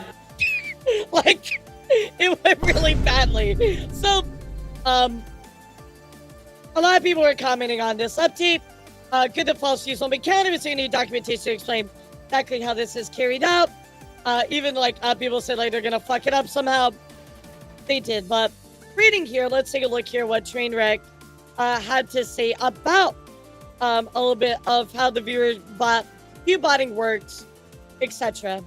If this is real and you've done this right, you're about to realize 80% of your top 100 new generation English-speaking streamers are botting 50% or more of their viewership. That's a big call out. First, they manufacture false hype and then they hide it behind collaborative That's a huge events call that out. make the view count appear to make sense to the general public or other real streamers. They're hoping to pull real audience from that don't understand basic viewership dynamics or analytics. Now, I do know when they rolled this out, there was a big drop in most people's viewership. So, at least if I could spoil, they did not properly roll this out. It affected a lot of people negatively. They didn't really admit that they fucked it up, even though they did, and they fixed it, essentially. Now, understand that this technique has worked and has appeared to successfully create many new generation streamers' careers, but it has taken away and takes away opportunity, discoverability and money from real hard-working streamers who do not bot and will never see the mid-level or top of Twitch in today's highly inflated climate. That's true. I mean, I don't bot. I'll never get to that top level, maybe because of that. Who knows? In the directory and create cliques I wouldn't do it either way, though. To monopolize the section, not with real growth or size, but with who they will viewbot next to further fortify the delusion that they or their clique have real weight or clout behind their own view counts. It's become a dystopian lottery system ran by viewbotters who think because they bring an outside celebrity or athlete, who couldn't pull 200 real viewers on their own stream, will somehow add 50k viewers onto theirs. Or if they collaborate with 10 other streamers who are all streaming the exact same POV, that somehow they will all have 30k 50k each. It is very dystopian. It will never dystopian. work that way, but viewbotters don't know this. They are frauds that don't have real natural ground-up viewership, so they will never understand how real viewership or its dynamics work. They are All my just chatters are attempting bots. to imitate numbers they can't and don't understand. You're all bots. I knew it. You're all bots, chat. So I continue your course from Trainwrecks and his kind of thoughts on all of this. Everyone who knows how live Beep-boop. audience Beep-boop, streaming beep. works knows that TikTok, I'm not a YouTube, filthy clanker. Instagram, and outside fame in almost all instances does not directly translate to live active audience one-to-one. It is far less. This exists on all platforms but has gone the most unchecked on Twitch. When it's obvious who is botting and who is not, the problem isn't bad. But when you can no longer tell who is bullshitting and who is not, that's when you know the problem is at its worst. I agree. Keep in mind, I suspect there are streamers who don't even know they are being botted because they themselves have been fooled by the tactics I've talked about above and are being botted by their managers, agencies, or orgs who then turn around and sell that same manipulated data to sponsors and advertisers. So this was Trainwreck's kind of take on the Viewbotting issue, right, chat? Now, obviously, they're part of Kick, so they're the co-owner, founder, right? You can take it with a little bit of a grain of salt. But I will say that inevitably, or not inevitably, but to give you the TLDR on it, Viewbotting is a problem, right, chat? It's literally always been a problem. And I think that when it rolled out, we did see a decrease on certain people, but it seems like they've kind of righted the ship a bit. The new system is even working out someone who somehow made the spots count as viewers. You know, I don't know too much about that. Lunar, what I can tell you is when it was rolled out, it did not work as intended, right? It was targeting the wrong people. They did right the ship, but to your point, I mean, maybe that's true. So going on here, I want you guys to watch this clip. It's crazy. Dan Clancy is already protecting his favorite cash cows under recent updates to Twitch Viewbotting problems. His big Twitch streamers mostly do not bot, and its smaller streamers also admits he doesn't know how bad the Viewbotting problem is. Yeah, it's not a good look. Detecting bots. Obviously, we use AI. A lot of people, and I don't want to forget this question, but do a lot of people Viewbot? I'll be honest, like, I thought it'd be like mid-level streamers to be the one that we're botting on Twitch. And there are people. Yes, there are constant. That's a constant battle. Really, absolutely.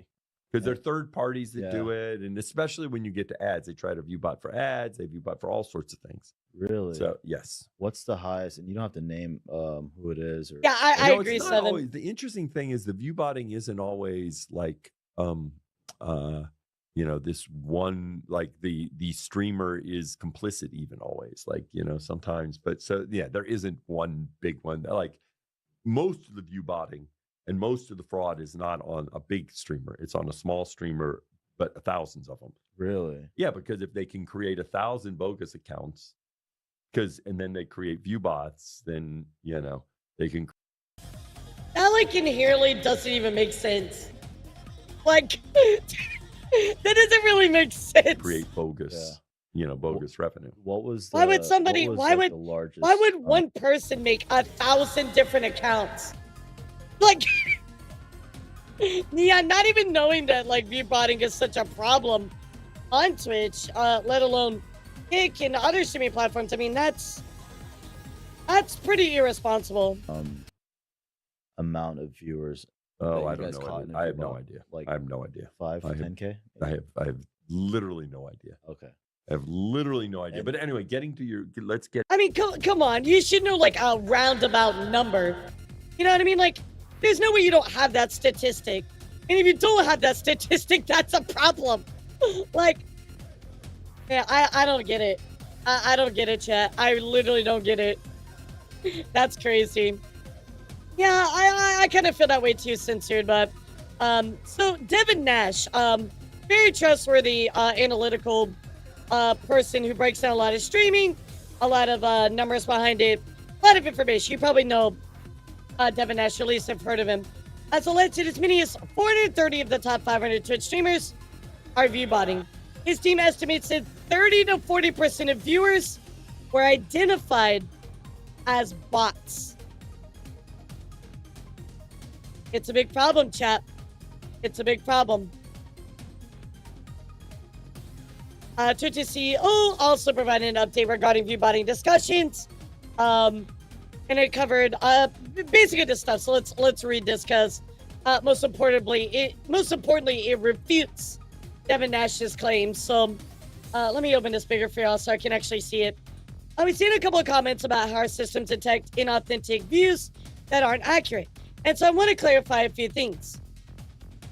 As I said in my original post, it's important to understand that the technology we use to detect invalid traffic for ads is separate from what we use for computing ACCV. Viewbots are just one form of invalid traffic. Advertisers are not charged for invalid impressions, and creators not get paid out for those impressions. Now you may ask, why are there two systems? The reason is it's harder to detect viewbots in real time. There are a number of different signals that we can use after the fact to detect invalid traffic for advertising that are harder to use for real-time decision-making. As we filter out bots in real time, we need to be sure we are not filtering out real viewers, which they did accidentally when it first rolled out. In fact, the viewbot detection tools we just rolled out went through a lot of edits. In earlier versions, as we dug deeper, we found that the tool was being overly aggressive and not counting valid traffic from various sources, like when you rolled it out. So we worked to narrow the scope of the change. As we have said, we are rolling out the update gradually right now, so we can monitor and make sure there are not any issues or mistakes. Second point I want to make is around enforcement actions.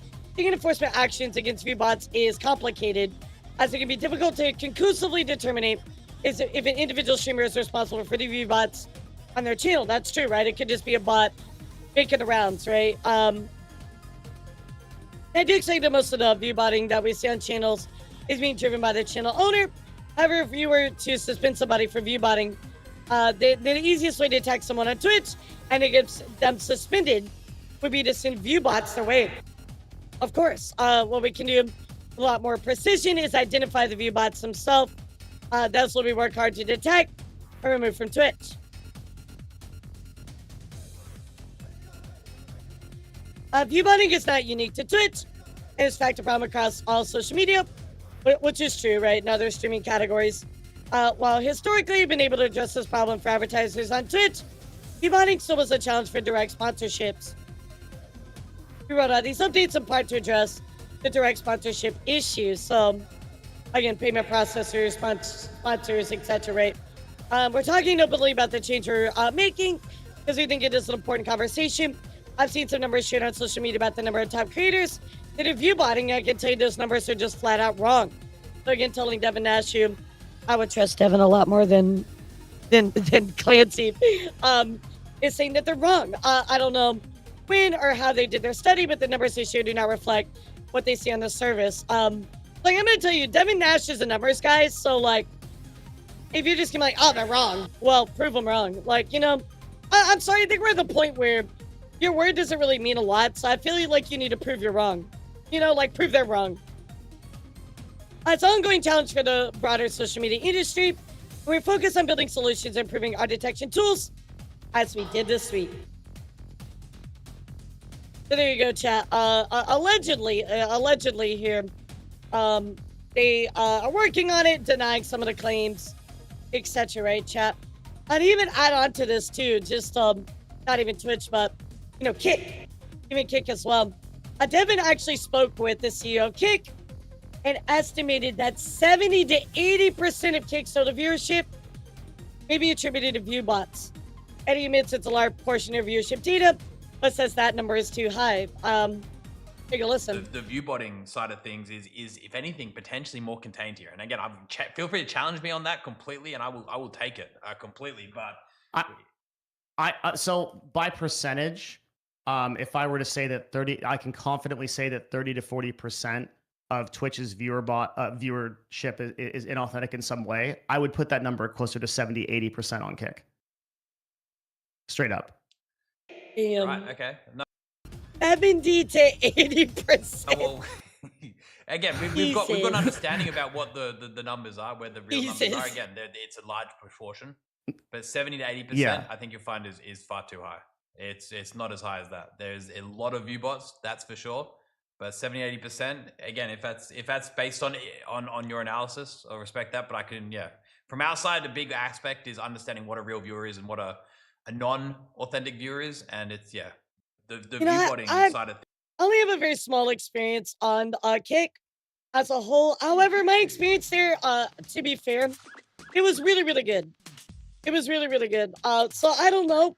I know a lot of other people have problems there, but at least in my experience, it was not that bad. So that's all I can really tell you. Yeah, at least on my end. So that is the viewbotting problem explained. That's going on everywhere, right, chat? Twitch, again, did just a reminder for my other stream. Twitch did roll out all of this stuff, right? It didn't really work very well at first. A lot of people saw like a huge dip in viewership. They did quietly fix it. They tried to like blow it off and be like, oh no, everything's fine. I didn't think they really wanted to take responsibility for it, but ultimately it is fixed now. As far as the future of them identifying if it's working or not, I have no idea, chat. I don't know. I have no idea. All I can do is kind of watch things and I'll let you know. But as far as I can tell, it is working as intended now. So we'll see if it actually has an effect. What do you guys think, though? Have you seen a large change because of this, chat? Have you seen a lot of streamers you know have lower viewership? What's your thoughts on this? Oops, all bots. 90% of Twitch streamers use Viewbot or get Viewbot. That's a really high number. I don't know if I believe that. I mean, I'm not viewbotting, right? But I don't know if I believe that. That's a very high number. Nope. Unless I've seen a big difference, gotcha. I've not seen a big difference either, Alex. So I don't know. Maybe they truly were only targeting the very, very big streamers, or allegedly the big streamers were the ones using it. I don't know how true that is. I have no idea. I guess we'll see. Yeah, I guess all we can do is see, chat, because at least in my viewpoint, as far as like my numbers and other people's numbers, actually my numbers are up. You know, like I really like my numbers are up, so I can't much complain, you know. But I always my gaming numbers are not that high, but when it comes to chatting, my numbers are up, and that's my viewpoint, right? It could be wrong. I don't know. Like Walk says he hasn't seen much. My friends, my people I raid, stuff like that. I haven't seen much of a difference either, chat. So I don't know. Alright, my loves, I'm gonna call it here. I told myself I would only stream 3 hours so I could save my voice for tomorrow. So guys, thank you so much for hanging out with me and having an awesome talk about all of this stuff. I appreciate you always. This is always a good time and always fun to talk about VTuber news. I have some more things I want to talk about next week, so I'll save them for them. But again, I really got to save my voice. Tomorrow, guys, we're going to be celebrating 4 years of VTubing. That's insane. 4 years of VTubing, guys. So thank you so much for spending all this time with me. We're going to have a very long 12-hour stream tomorrow with a bunch of friends to celebrate. So I will see you all then. Have a great rest of your day. Take care of yourselves. You know, I was only in Deer till October since November last year, but sure. Sure. All right, cuties, bye. Have a good rest of your day. Bye, YouTube. Bye, Twitter.